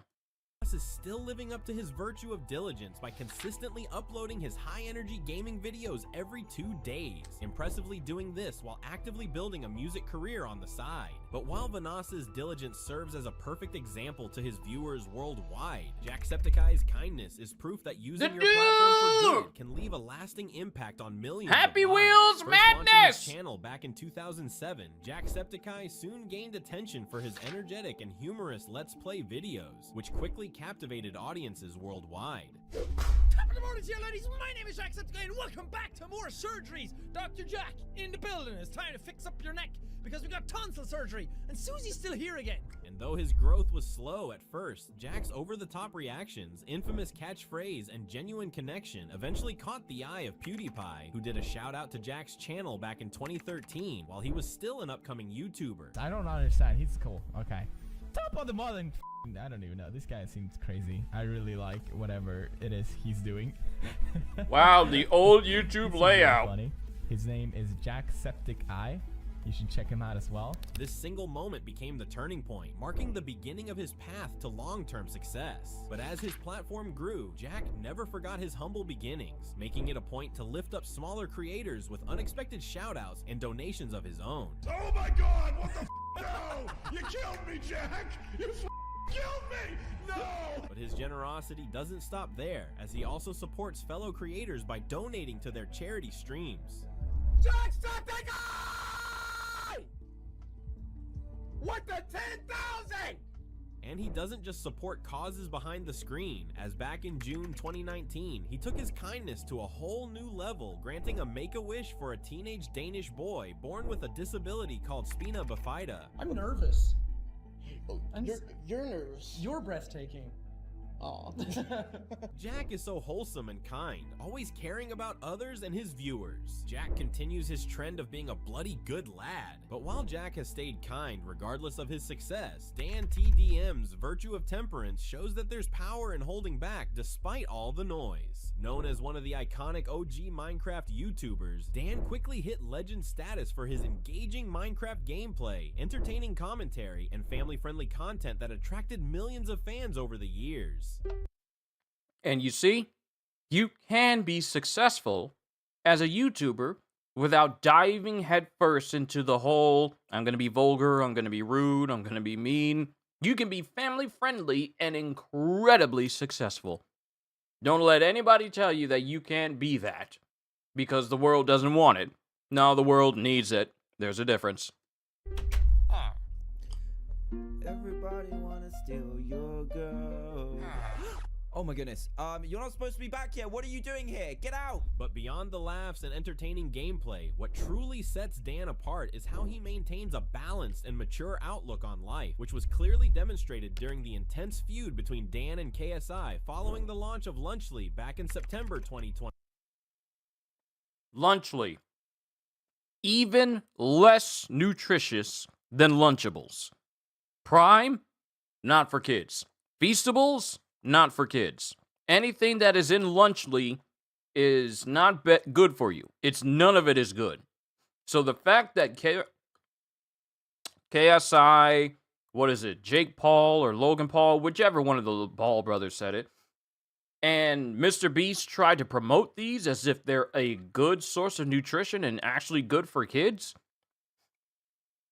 I'll never get over that. I'll never get over that. Lunchly is a joke. It's a joke. Don't ever. That is disgusting. Tried it once. The Lunchlies? I am so sorry. You were probably better off heating up a Lunchable. 24. Lunchly versus Lunchables. With Lunchly, you get double the amount of liquid. Prime has no sugar added, more electrolytes, and more B vitamins. Crunch. Prime does not have any of those things. I'm going to be sick. That's awful. You don't know how I got to Romania? Because these jokers here, and I say all three of them are jokers. Mr. Beast, and despite how rich he is, he's still a joker because he went along with this whole thing and tried to tell people that it's good for you. It's not. Give these to your kids. Oh, yeah. Give it to the most impressionable young youth that grow up watching Mr. Beast and all the crazy clickbaity stuff that he does for his videos. Yes, we're saying it's good for kids because we want more kids to get it. And if we get more kids to get it, that's more kids and attention and more money towards us because kids will just ask their parents constantly, over and over and over again, to get this. That's the grift. That's the manipulation of children. That's the reason why these three jokers are so successful. Not because their content is actually good, but because they're built on the backs of impressionable, innocent children who don't know any better. That's literally the entirety of what their channel has been built on. And you can quote me on that. So the Lunchleys are gone, but Prime isn't. Huh. Bar. Feastables Crunch.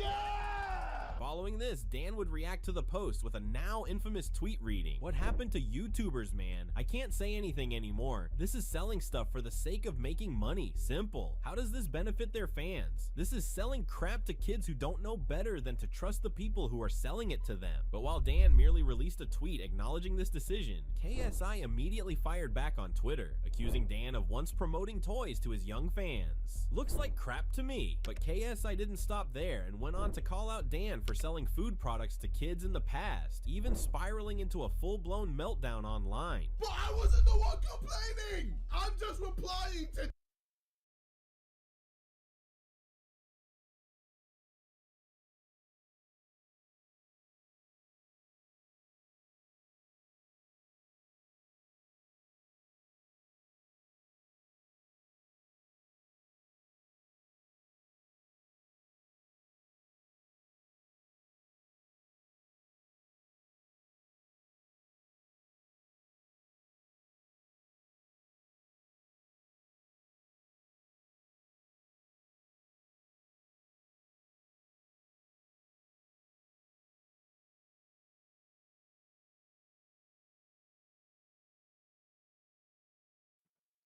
Okay, I'm back.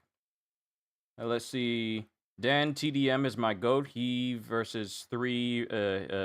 He 3 versus 1 against the three of them and won by calling them out on their bad food product and then said nothing and just enjoyed time with his wife and kids. Yeah.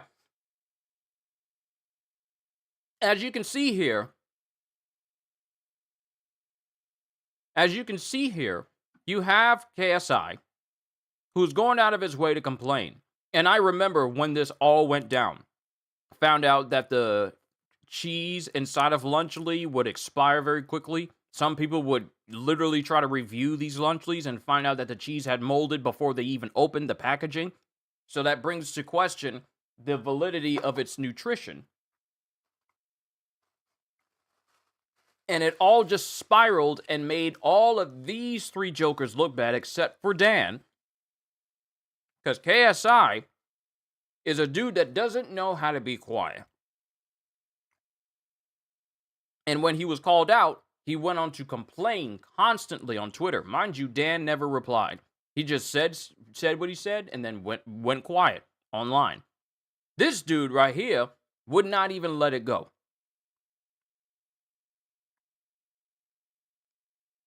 Is Lunchly from Mr. Beast? Don't know much about them. Okay, well, we'll do this. We'll do a little bit of exploring. Where's my straw? We'll do a little bit of exploring. Let me see here. Let me pull this up.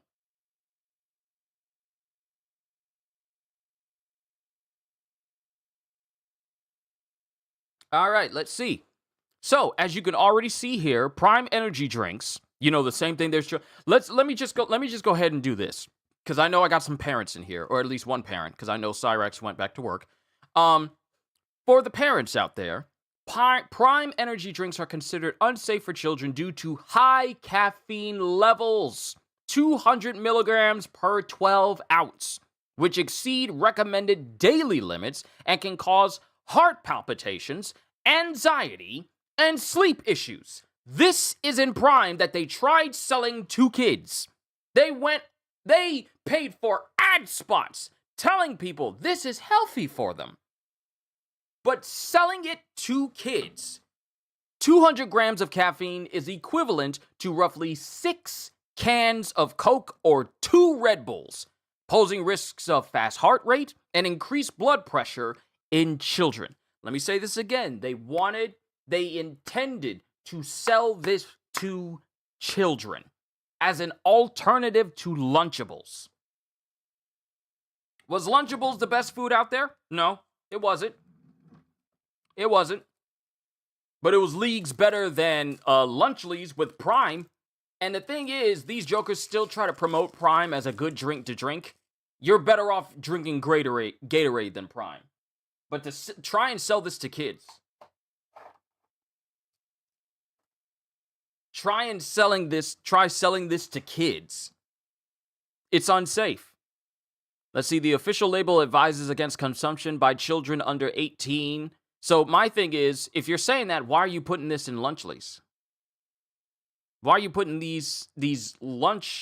why are you putting them in literal lunch meals that kids could easily confuse for Lunchables or like a new alternative, and they'll grab onto it? They'll gravitate towards it simply because Mr. Beast's name is attached to it, the Paul Brothers' name is attached to it, and KSI's name is attached to it. So now you're going to have kids who are basically messing with this stuff. So you have high caffeine, then you have age restriction because it's not meant to be consumed by children. Then you have hidden ingredients including sucralose, an artificial sweetener, and coconut water, which can trigger allergies. Then you have unknown effects of supplements. Prime drink contains branched-chain amino acids, which have not been tested for safety in children. But you're selling it to kids. You're selling it to kids.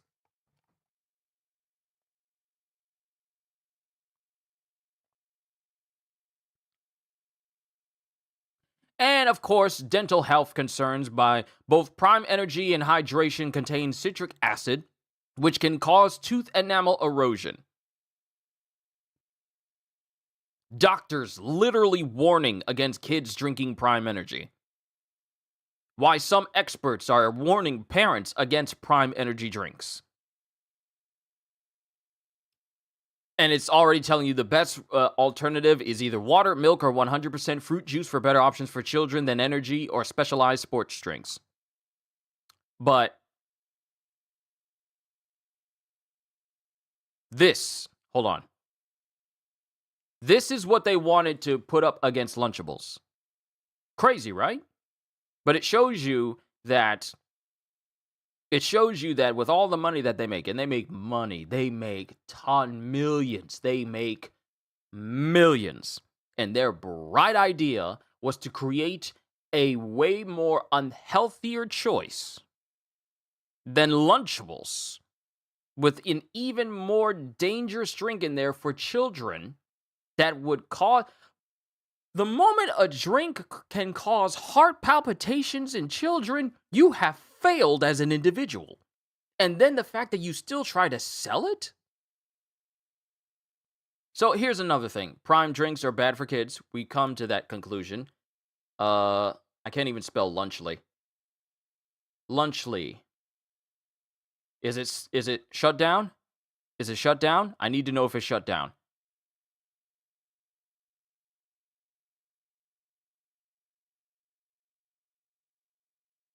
Please tell me it's shut down. Critic views. Lunchly was criticized by a number of internet personalities. Dan TDM, as we talked about. So at this point, you send a good video. You did. You did. We still need to go through the rest of them. Let's see. Forbes described the 3 packaged meals as almost identical to existing offerings by Lunchables. It was speculated that Lunchly was likely intended to boost sales for Prime Hydration, and Feastables.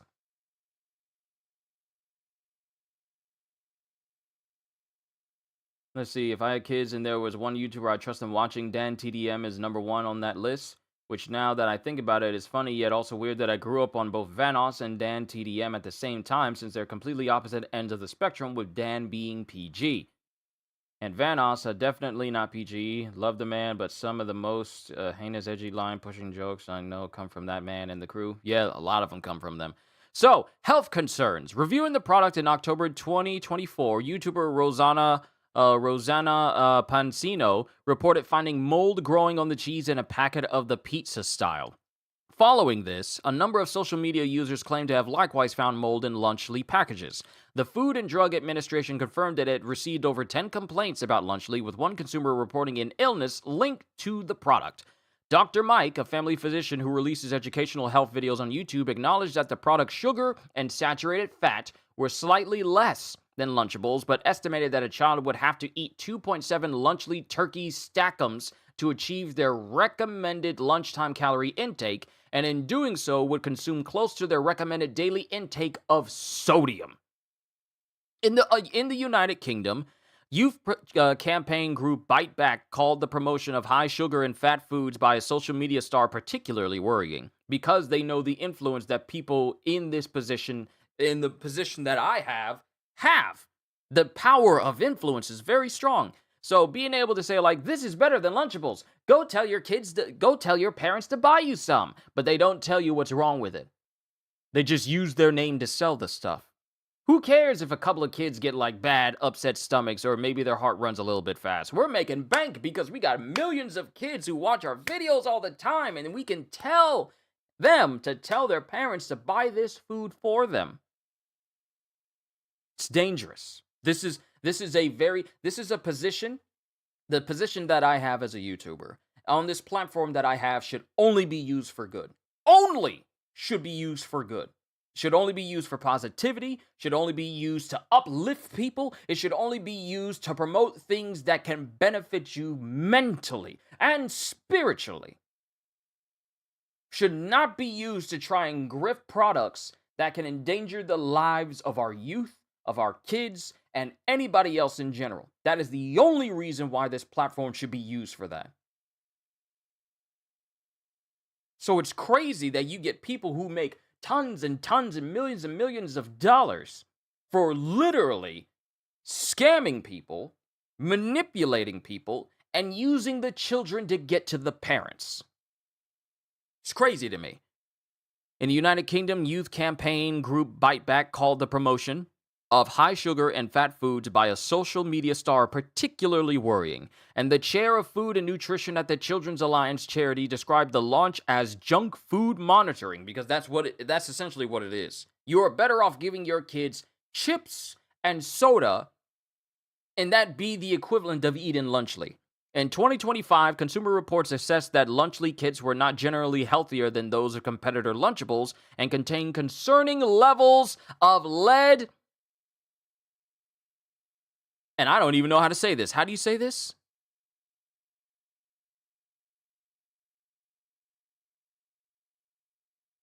Phthalates? How do I say this? Phthalate?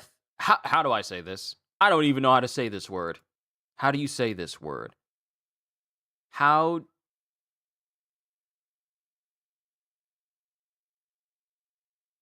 do I even say this word?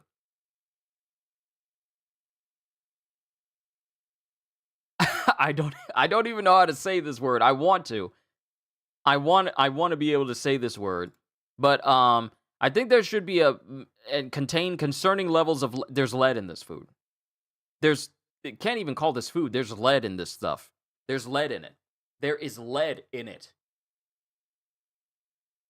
There's lead in it. Concerning levels of lead in Lunchlys that you want kids to eat. I'm glad Dan called him out on it, because this is nasty. This is crazy. As of now, and they're still active, because as of February of this year, They have 6 varieties of snack kits, all of which are interpretations of Lunchable products. Phthalates. Thank you, Jenny. Thank you. Yeah, contains concerning levels of lead and phthalates. Thank you. Thank you. I had no idea. So, they're really trying to compete against Lunchables. Lunchables is a way better option, but of course you have better options than Lunchables. But Lunchables, if you had to choose between Lunchlies and Feastables, that's another thing from Mr. Beast. His version of Lunchables. You have Lunchly and Feastables. You are better off. You have Lunchly and Feastables. You are better off with Lunchables. So they have the pizza, a consumer-built pizza kit with tomato sauce, pepperoni, and cheese, a small cherry freeze Prime bottle. Prime is bad for you. And a snack-sized Feastables Milk Crunch bar.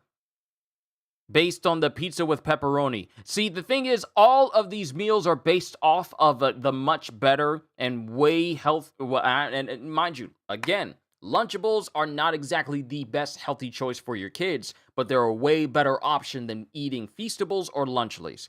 Now, the thing about the Mr. Beast Feastables Milk Crunch bar, I think there was like a controversy around that. Hold on. Feastables. Feastables.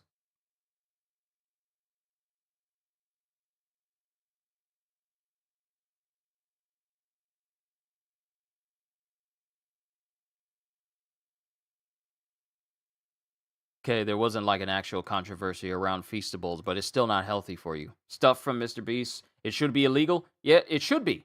It should be. But ain't nothing gonna happen because they're too rich to take the court. That's the thing. The Paul brothers are too rich for people to take to court. The same for Mr. Beast. I think he's like the richest YouTuber, period. So he's literally out of the normal person's reach in terms of a prosecution, and KSI as well. These are people who have immense amount of monies at their back. And if people try to sue them, they can easily just pay their way out of it. That's the sad part about having, like, you could be doing so much good with all this money. And mind you, Mr. Beast goes out of his way to do these videos where you sound like, I built all these wells in Africa. And it's like, okay, how are they doing now? Are they actually benefiting the people of Africa right now? I did all of this. I did all of that. And I'm like, you're really doing a lot of stuff that makes you look good on camera. It's not, because the thing is, Mr. Beast may be the richest YouTuber. But all these people in the 7 Heavenly Virtues, all these people, Dan TDM, Jacksepticeye, Markiplier, all these individuals, leagues above him in actual value. I'm sorry. But it's like, you don't hear anything bad happening with Markiplier, because Markiplier mind his own business, and sure, he can be loud and irate, but that's just him playing games. The dude is successful, but he's successful because he's real.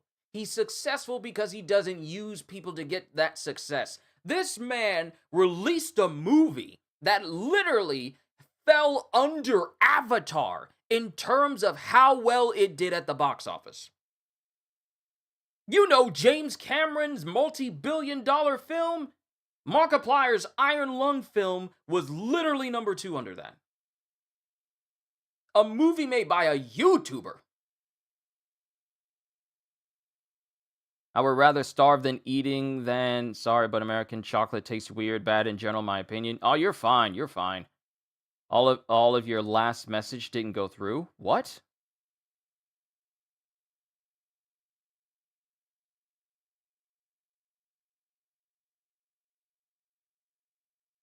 What happened? What happened? I didn't see anything else you said. Test? I saw test. The last thing you said was, my kittens never had a Prime and never will under our roof. I saw that. And then you said test. Whatever you said beforehand, I did not see. Sorry about that, kitty. But yeah, this is nasty. These 3 individuals, I'm sorry, but I'm sorry, but for all the money they have, I can do so much better with all the money that all 3 of these jokers have combined. than any have done since they've been YouTubers and streamers. I'm sorry, but I feel like I could do way more with what they got. But I'm just that's just me. That's just me though. That's just me. With Lunchly, you get double the amount of liquid. Prime has no sugar added, more electrolytes, and more beef. With Lunchly. So here they're saying with Lunchly you get double the amount of liquid. It doesn't say that double that liquid is doubly healthy for you. With Lunchly you get double the amount of liquid. None of it is healthy. So it's double the unhealthiness. The launch of Lunchly back in selling stuff for the sake of making money. Simple. How does this benefit their fans? This is selling crap to kids who don't know better than to trust the people who are selling it to them. But while Dan merely released a tweet acknowledging this decision, KSI immediately fired back on Twitter, accusing Dan of once promoting toys to his young fans. Looks like crap to me. But KSI didn't stop there and went on to call out Dan for selling food products to kids in the past, even spiraling into a full-blown meltdown online. But I wasn't the one complaining! I'm just replying to Dan! Am I not allowed to reply to Dan? If you lack self-control, then by all means reply. But as you can clearly see, he doesn't appear to be the type of individual that is capable of being calm under pressure. If you get called out online, you're not required to respond. People who feel like they gotta respond to things that is happening to them shows an utter lack of self-control that I don't people should be praising, and I don't think people should be taking seriously. Am I not allowed to respond? No, you're allowed to respond. It doesn't mean you have to, though.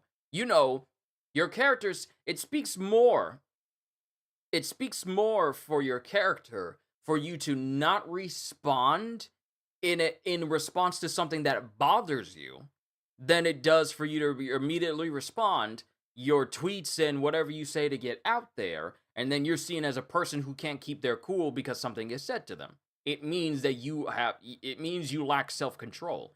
And so many of these YouTubers like KSI lack so much self-control in terms of taking things in stride, understanding when they're wrong, and then proceeding forward like an actual mature adult. See, the thing is with people like him, and I'm gonna say this, because you know what, I've been on this platform for quite a while, and you know you got to be careful what you say because you never know who's listening, and you never know who's watching, and you don't want to go up against people whose platform is bigger than yours, whose numbers are bigger than yours. But I don't care. I ain't scared of none of these jokers.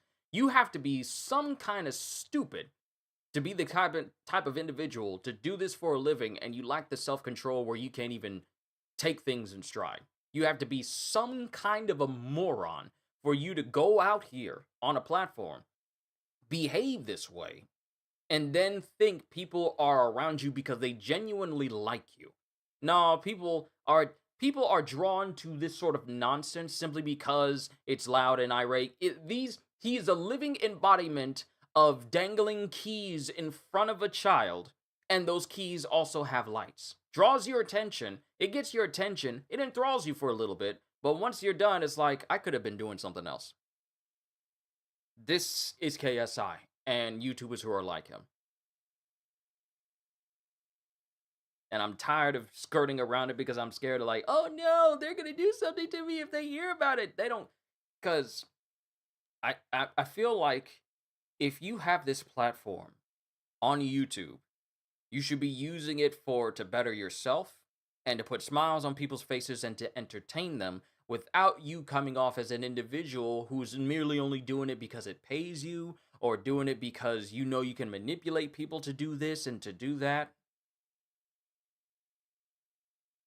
You're a grown man. Why are you acting like this? What type of example are you going to be setting for the clearly young people who watch your channel, who helped you gain as much notoriety as you have? What kind of example are you setting? Mind you, it's not your job to set an example for people on YouTube because that is the responsibility of the parents. But looking at him and the way he behaves, I am just utterly disappointed that he's using his platform to basically moan and groan about what happened to him. And mind you, this was way back when. It just shows an apparent lack of maturity that one would expect with such a high standing that he has. You know, with how much he earns and how big he is for this platform, it shows an utter lack of maturity that a person who earns as much as he does should not be showcasing. It's just an utter disappointment. But even as the drama with KSI escalated, Dan's temperance was on full display. He never gave in to anger or provocation, quietly letting the situation unfold without adding fuel to the fire. And when asked what he thought about the situation in the Tommy and It podcast, his response only made things worse for KSI. It was funnier to not feed into it because Just exhausting. you just watched happen. It was fun. Wow, so he did know what was going on and didn't respond. Max or a mate? And he won the war with one tweet. Since then, Dan continues to be active on his main YouTube channel, creating gaming videos for his hardcore fans, while cementing his status as a YouTube legend. But while Dan TDM proved through temperance that you don't have to say anything to win the war, fellow Minecraft YouTuber Stampy Longnose proved through his chastity that restraint and purity of focus can make you a childhood legend, known as Yes! Yes! Thank you! Someone gets it! Got a dip, see you later? Alright, Kitty, thank you for stopping by. Thank you for the super chat as well. I appreciate you and everything that you do. one of the greatest Minecraft YouTubers who has ever been on the platform. Stampy became loved for his infamous Lovely World series, where every episode felt like an amazing story-driven adventure. Hello, this is Stampy, and welcome to a Minecraft Let's Play video. And with each new upload from the Lovely World series, Stampy's charm and creativity began to resonate with viewers, quickly turning his videos into viral hits and earning him millions of views. Hello, this is Stampy, and welcome to my 1 million subscribers special. 1 million subscribers. But as his videos racked up millions of views, Stampy quickly realized that the majority of his audience were kids. Following this realization, he carefully removed swears, inappropriate jokes, and anything that might not sit well with his younger audience. However, despite his effort to create content that was family-friendly and enjoyable for viewers of all ages, in 2015, his world was shaken when allegations surfaced that his collaborator, L4Lee, also known as Lee Bear, had been accused of sending threatening messages and explicit images to women online. Knowing that most of his viewers were kids, Stampy avoided addressing the accusations directly, and instead, in September 2015, he created an episode called Bye Bear, where he gently said goodbye to Lee and quietly removed him from the series. Dear Stampy, I am afraid to tell you that I am leaving. I have been your #1 helper for years, but I feel like you no longer need me. I am going to travel across the world looking for people that need help. I will also try and track down Hit the Target, so you and your dogs will be safe. Thanks for all the fun, Lee Bear. I left you a present in the chest. You're leaving, Lee Bear. And by choosing a thoughtful, kid-friendly farewell, this earned widespread admiration, with fans applauding the care and sensitivity he showed during a difficult situation. The fact that Stampy sheltered us from the ugly truth when it happened makes him better than most modern parents today. This is the first time knowing why he left, and oh my god, I am so grateful that I wasn't exposed to that as a young child. See, this is what we call tact. This is what we call tact. Being able to know who your audience is and addressing certain things in a way that it doesn't expose your audience prematurely in things that the parents should be, teaching their children about. Because the internet should not be teaching people's kids anything. The parents should. Because if you leave it to the internet will teach your kids things without restraint, without remorse, without mercy. And then kids will be exposed to things that they shouldn't at young ages, knowing things that they shouldn't, saying things that they shouldn't, all because the internet was basically used to parent them instead of the parents themselves. So I am grateful that we have people who know how to tackle very serious situations, but knowing the audience that is watching them and paying attention to them are capable of handling these situations in a tactful and very surgical way, so that these minds are not affected by what they realize until much later on. It's like, wow, I had no idea that's what was going on. And he did it so well to obscure it from kids until they got older and then realize what was going on when they were mature enough to understand. Grateful for people like this. Following this, Stampy continued growing the Lovely World series until October 2023, when he finally brought it to a close with a farewell video titled Thanks for Watching. In a way, we've both grown up together in this place, and we've changed in that time. And it is sad to be saying goodbye to my lovely world, but I think it's the right moment to do it. So, for the final time, from the bottom of my heart, I want to say thanks for watching, and I'll see you later. Bye! Stampy didn't just construct hundreds of buildings in Lovely World, he constructed millions of childhoods. But while Stampy's chastity is seen in his wholesome kid-friendly content, PewDiePie's virtue of patience is seen in how he steadily built one of the biggest empires on YouTube. Starting out back in 2010, PewDiePie initially began uploading Let's Play videos as a hobby. However, over time, he soon won hearts with his exaggerated reactions, humor, and direct connection with viewers, setting him apart. Good to be back. I'm glad you both haven't forgot about me. We're gonna end it here, as always. You see this? This is not a fist pump. This is a bro fist. It's easy to get them mixed up. And what began as a simple hobby didn't stay small for long, as through his relentless uploads and sheer consistency, PewDiePie became the first YouTuber to hit 50 million subscribers. We did it, guys. We hit 50 million thanks to your help.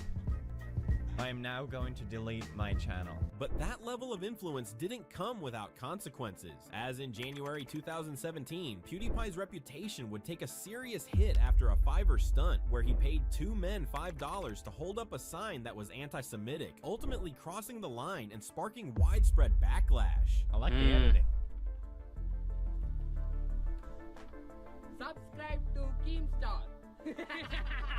The backlash was severe, and recognizing the impact of his actions, he immediately issued a public apology, taking responsibility for the stunt. I am sorry. I didn't think they would actually do it. I feel partially responsible, but just I didn't think they would actually do it. I don't feel good. I don't feel too proud of this. I'm not gonna lie. Like, I'm not anti-Semitic or whatever it's called. Okay, so don't get the wrong idea. It was a funny meme, and I didn't think it would work. But despite the setback and public scrutiny, PewDiePie didn't let the controversy define him. He learned from the experience, refined his content, and continued connecting with his audience, eventually becoming the first individual YouTuber to surpass 100 million followers. We hit 100 million subs.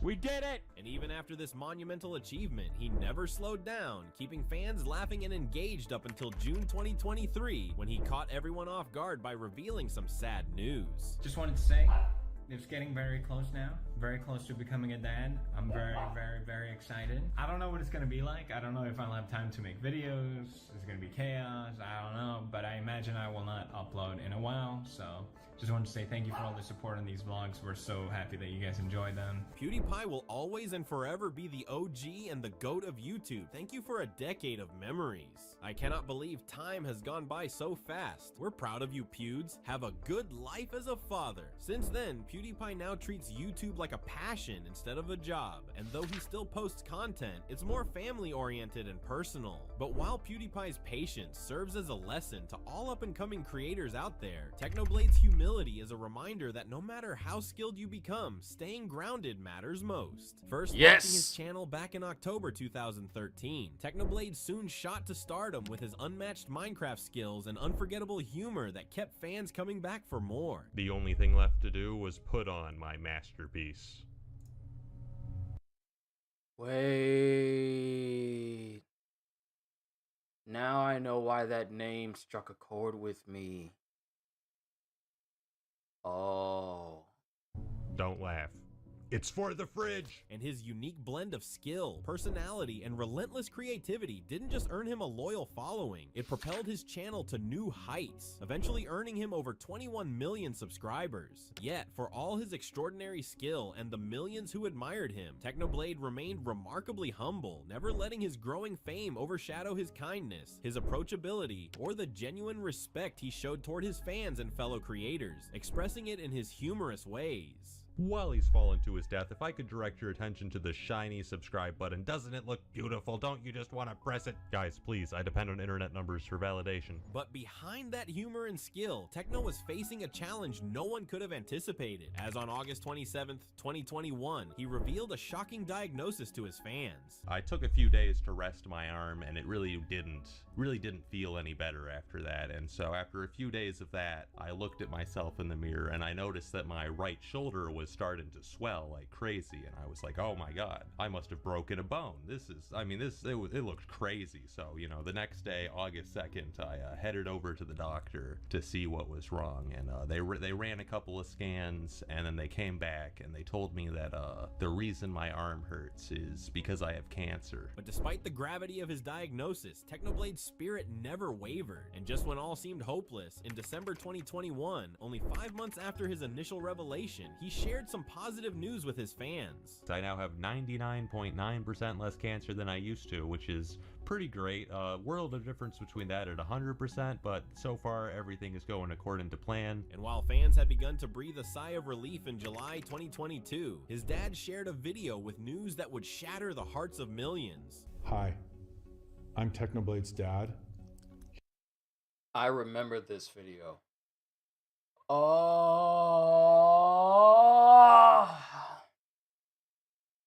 I remember watching this video.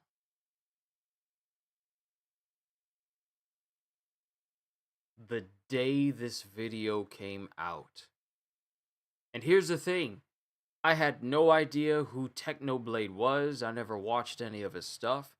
But when this happened, I'm like, who is this? And then I look into it and I was like, wait, what? What? I remember the year and the day this came out, and I sat down and watched it, and I'm like, wow. I remember that memory is just flooding back to me now. He wrote a message, and he asked me to read it to all of you. Hello, everyone. Technoblade here. If you're watching this, I am dead. Following this, millions from across the internet began creating tribute videos to honor Technoblade's legacy, as well as leaving heartfelt comments like, "Rest in peace, Alex. Such a genuine, funny guy. You changed so many lives. Fly high, buddy." When you die of cancer, the cancer dies too. It's not a defeat, it's a draw. Technoblade never loses. But his fans didn't just stop at comments. As moved by his courage and the legacy he left behind, they went on to spend months raising money for cancer research, ultimately raising over $500,000 for the Sarcoma Foundation of America, clearly showing that to this very day, Technoblade never dies. In the end, these 7 virtues show how a gaming YouTuber's choices can leave a lasting mark. However, it's not always the creators who should receive all the praise. It's more importantly those who are responsible for raising them. Click the video on screen now to see the 7 heavenly virtues as YouTubers' parents. Wow. Man. Okay, I did watch through all of the Powerful Earthquake videos. Hold on. Let me double check.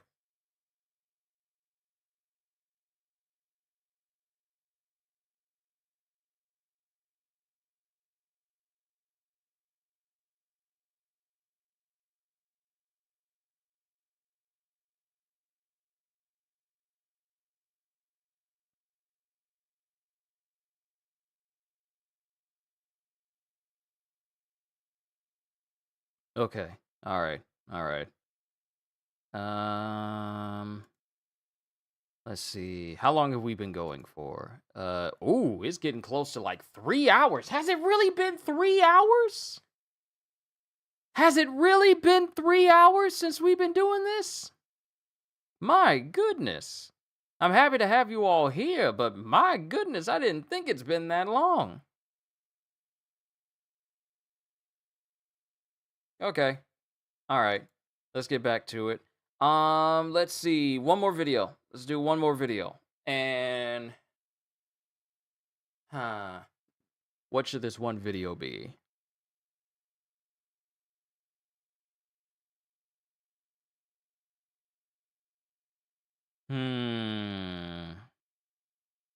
Oh, Xbox isn't looking too good right now. Like people like I know we're supposed to be looking at videos, but people are saying a lot.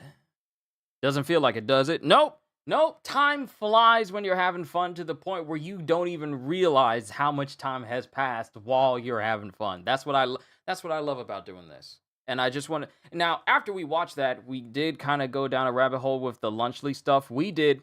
But let me just say this and address this to everybody. Thank you. Thank you for being here. Thank you for allowing this stream to be such a major success. And what I see as a success is people enjoying themselves, regardless of who and how many are here. I see it as a success if people are enjoying themselves, engaging in conversation, and just enjoying each other's company while we're doing this. And that's a success to me. And I just wanted to say thank you for making this entire session a success overall. Now, for the last thing,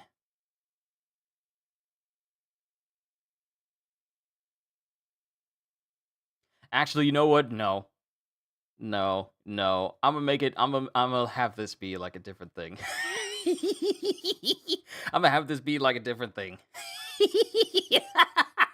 I'm gonna have this be a different session altogether. We're not gonna watch it this time, but we will the next time. Because, yeah, I think it's about time I check out the Chaotic Good Barbarian with all of you. Because I need y'all to see the ridiculousness of the Chaotic Good Barbarian for the entire Season 1 compilation.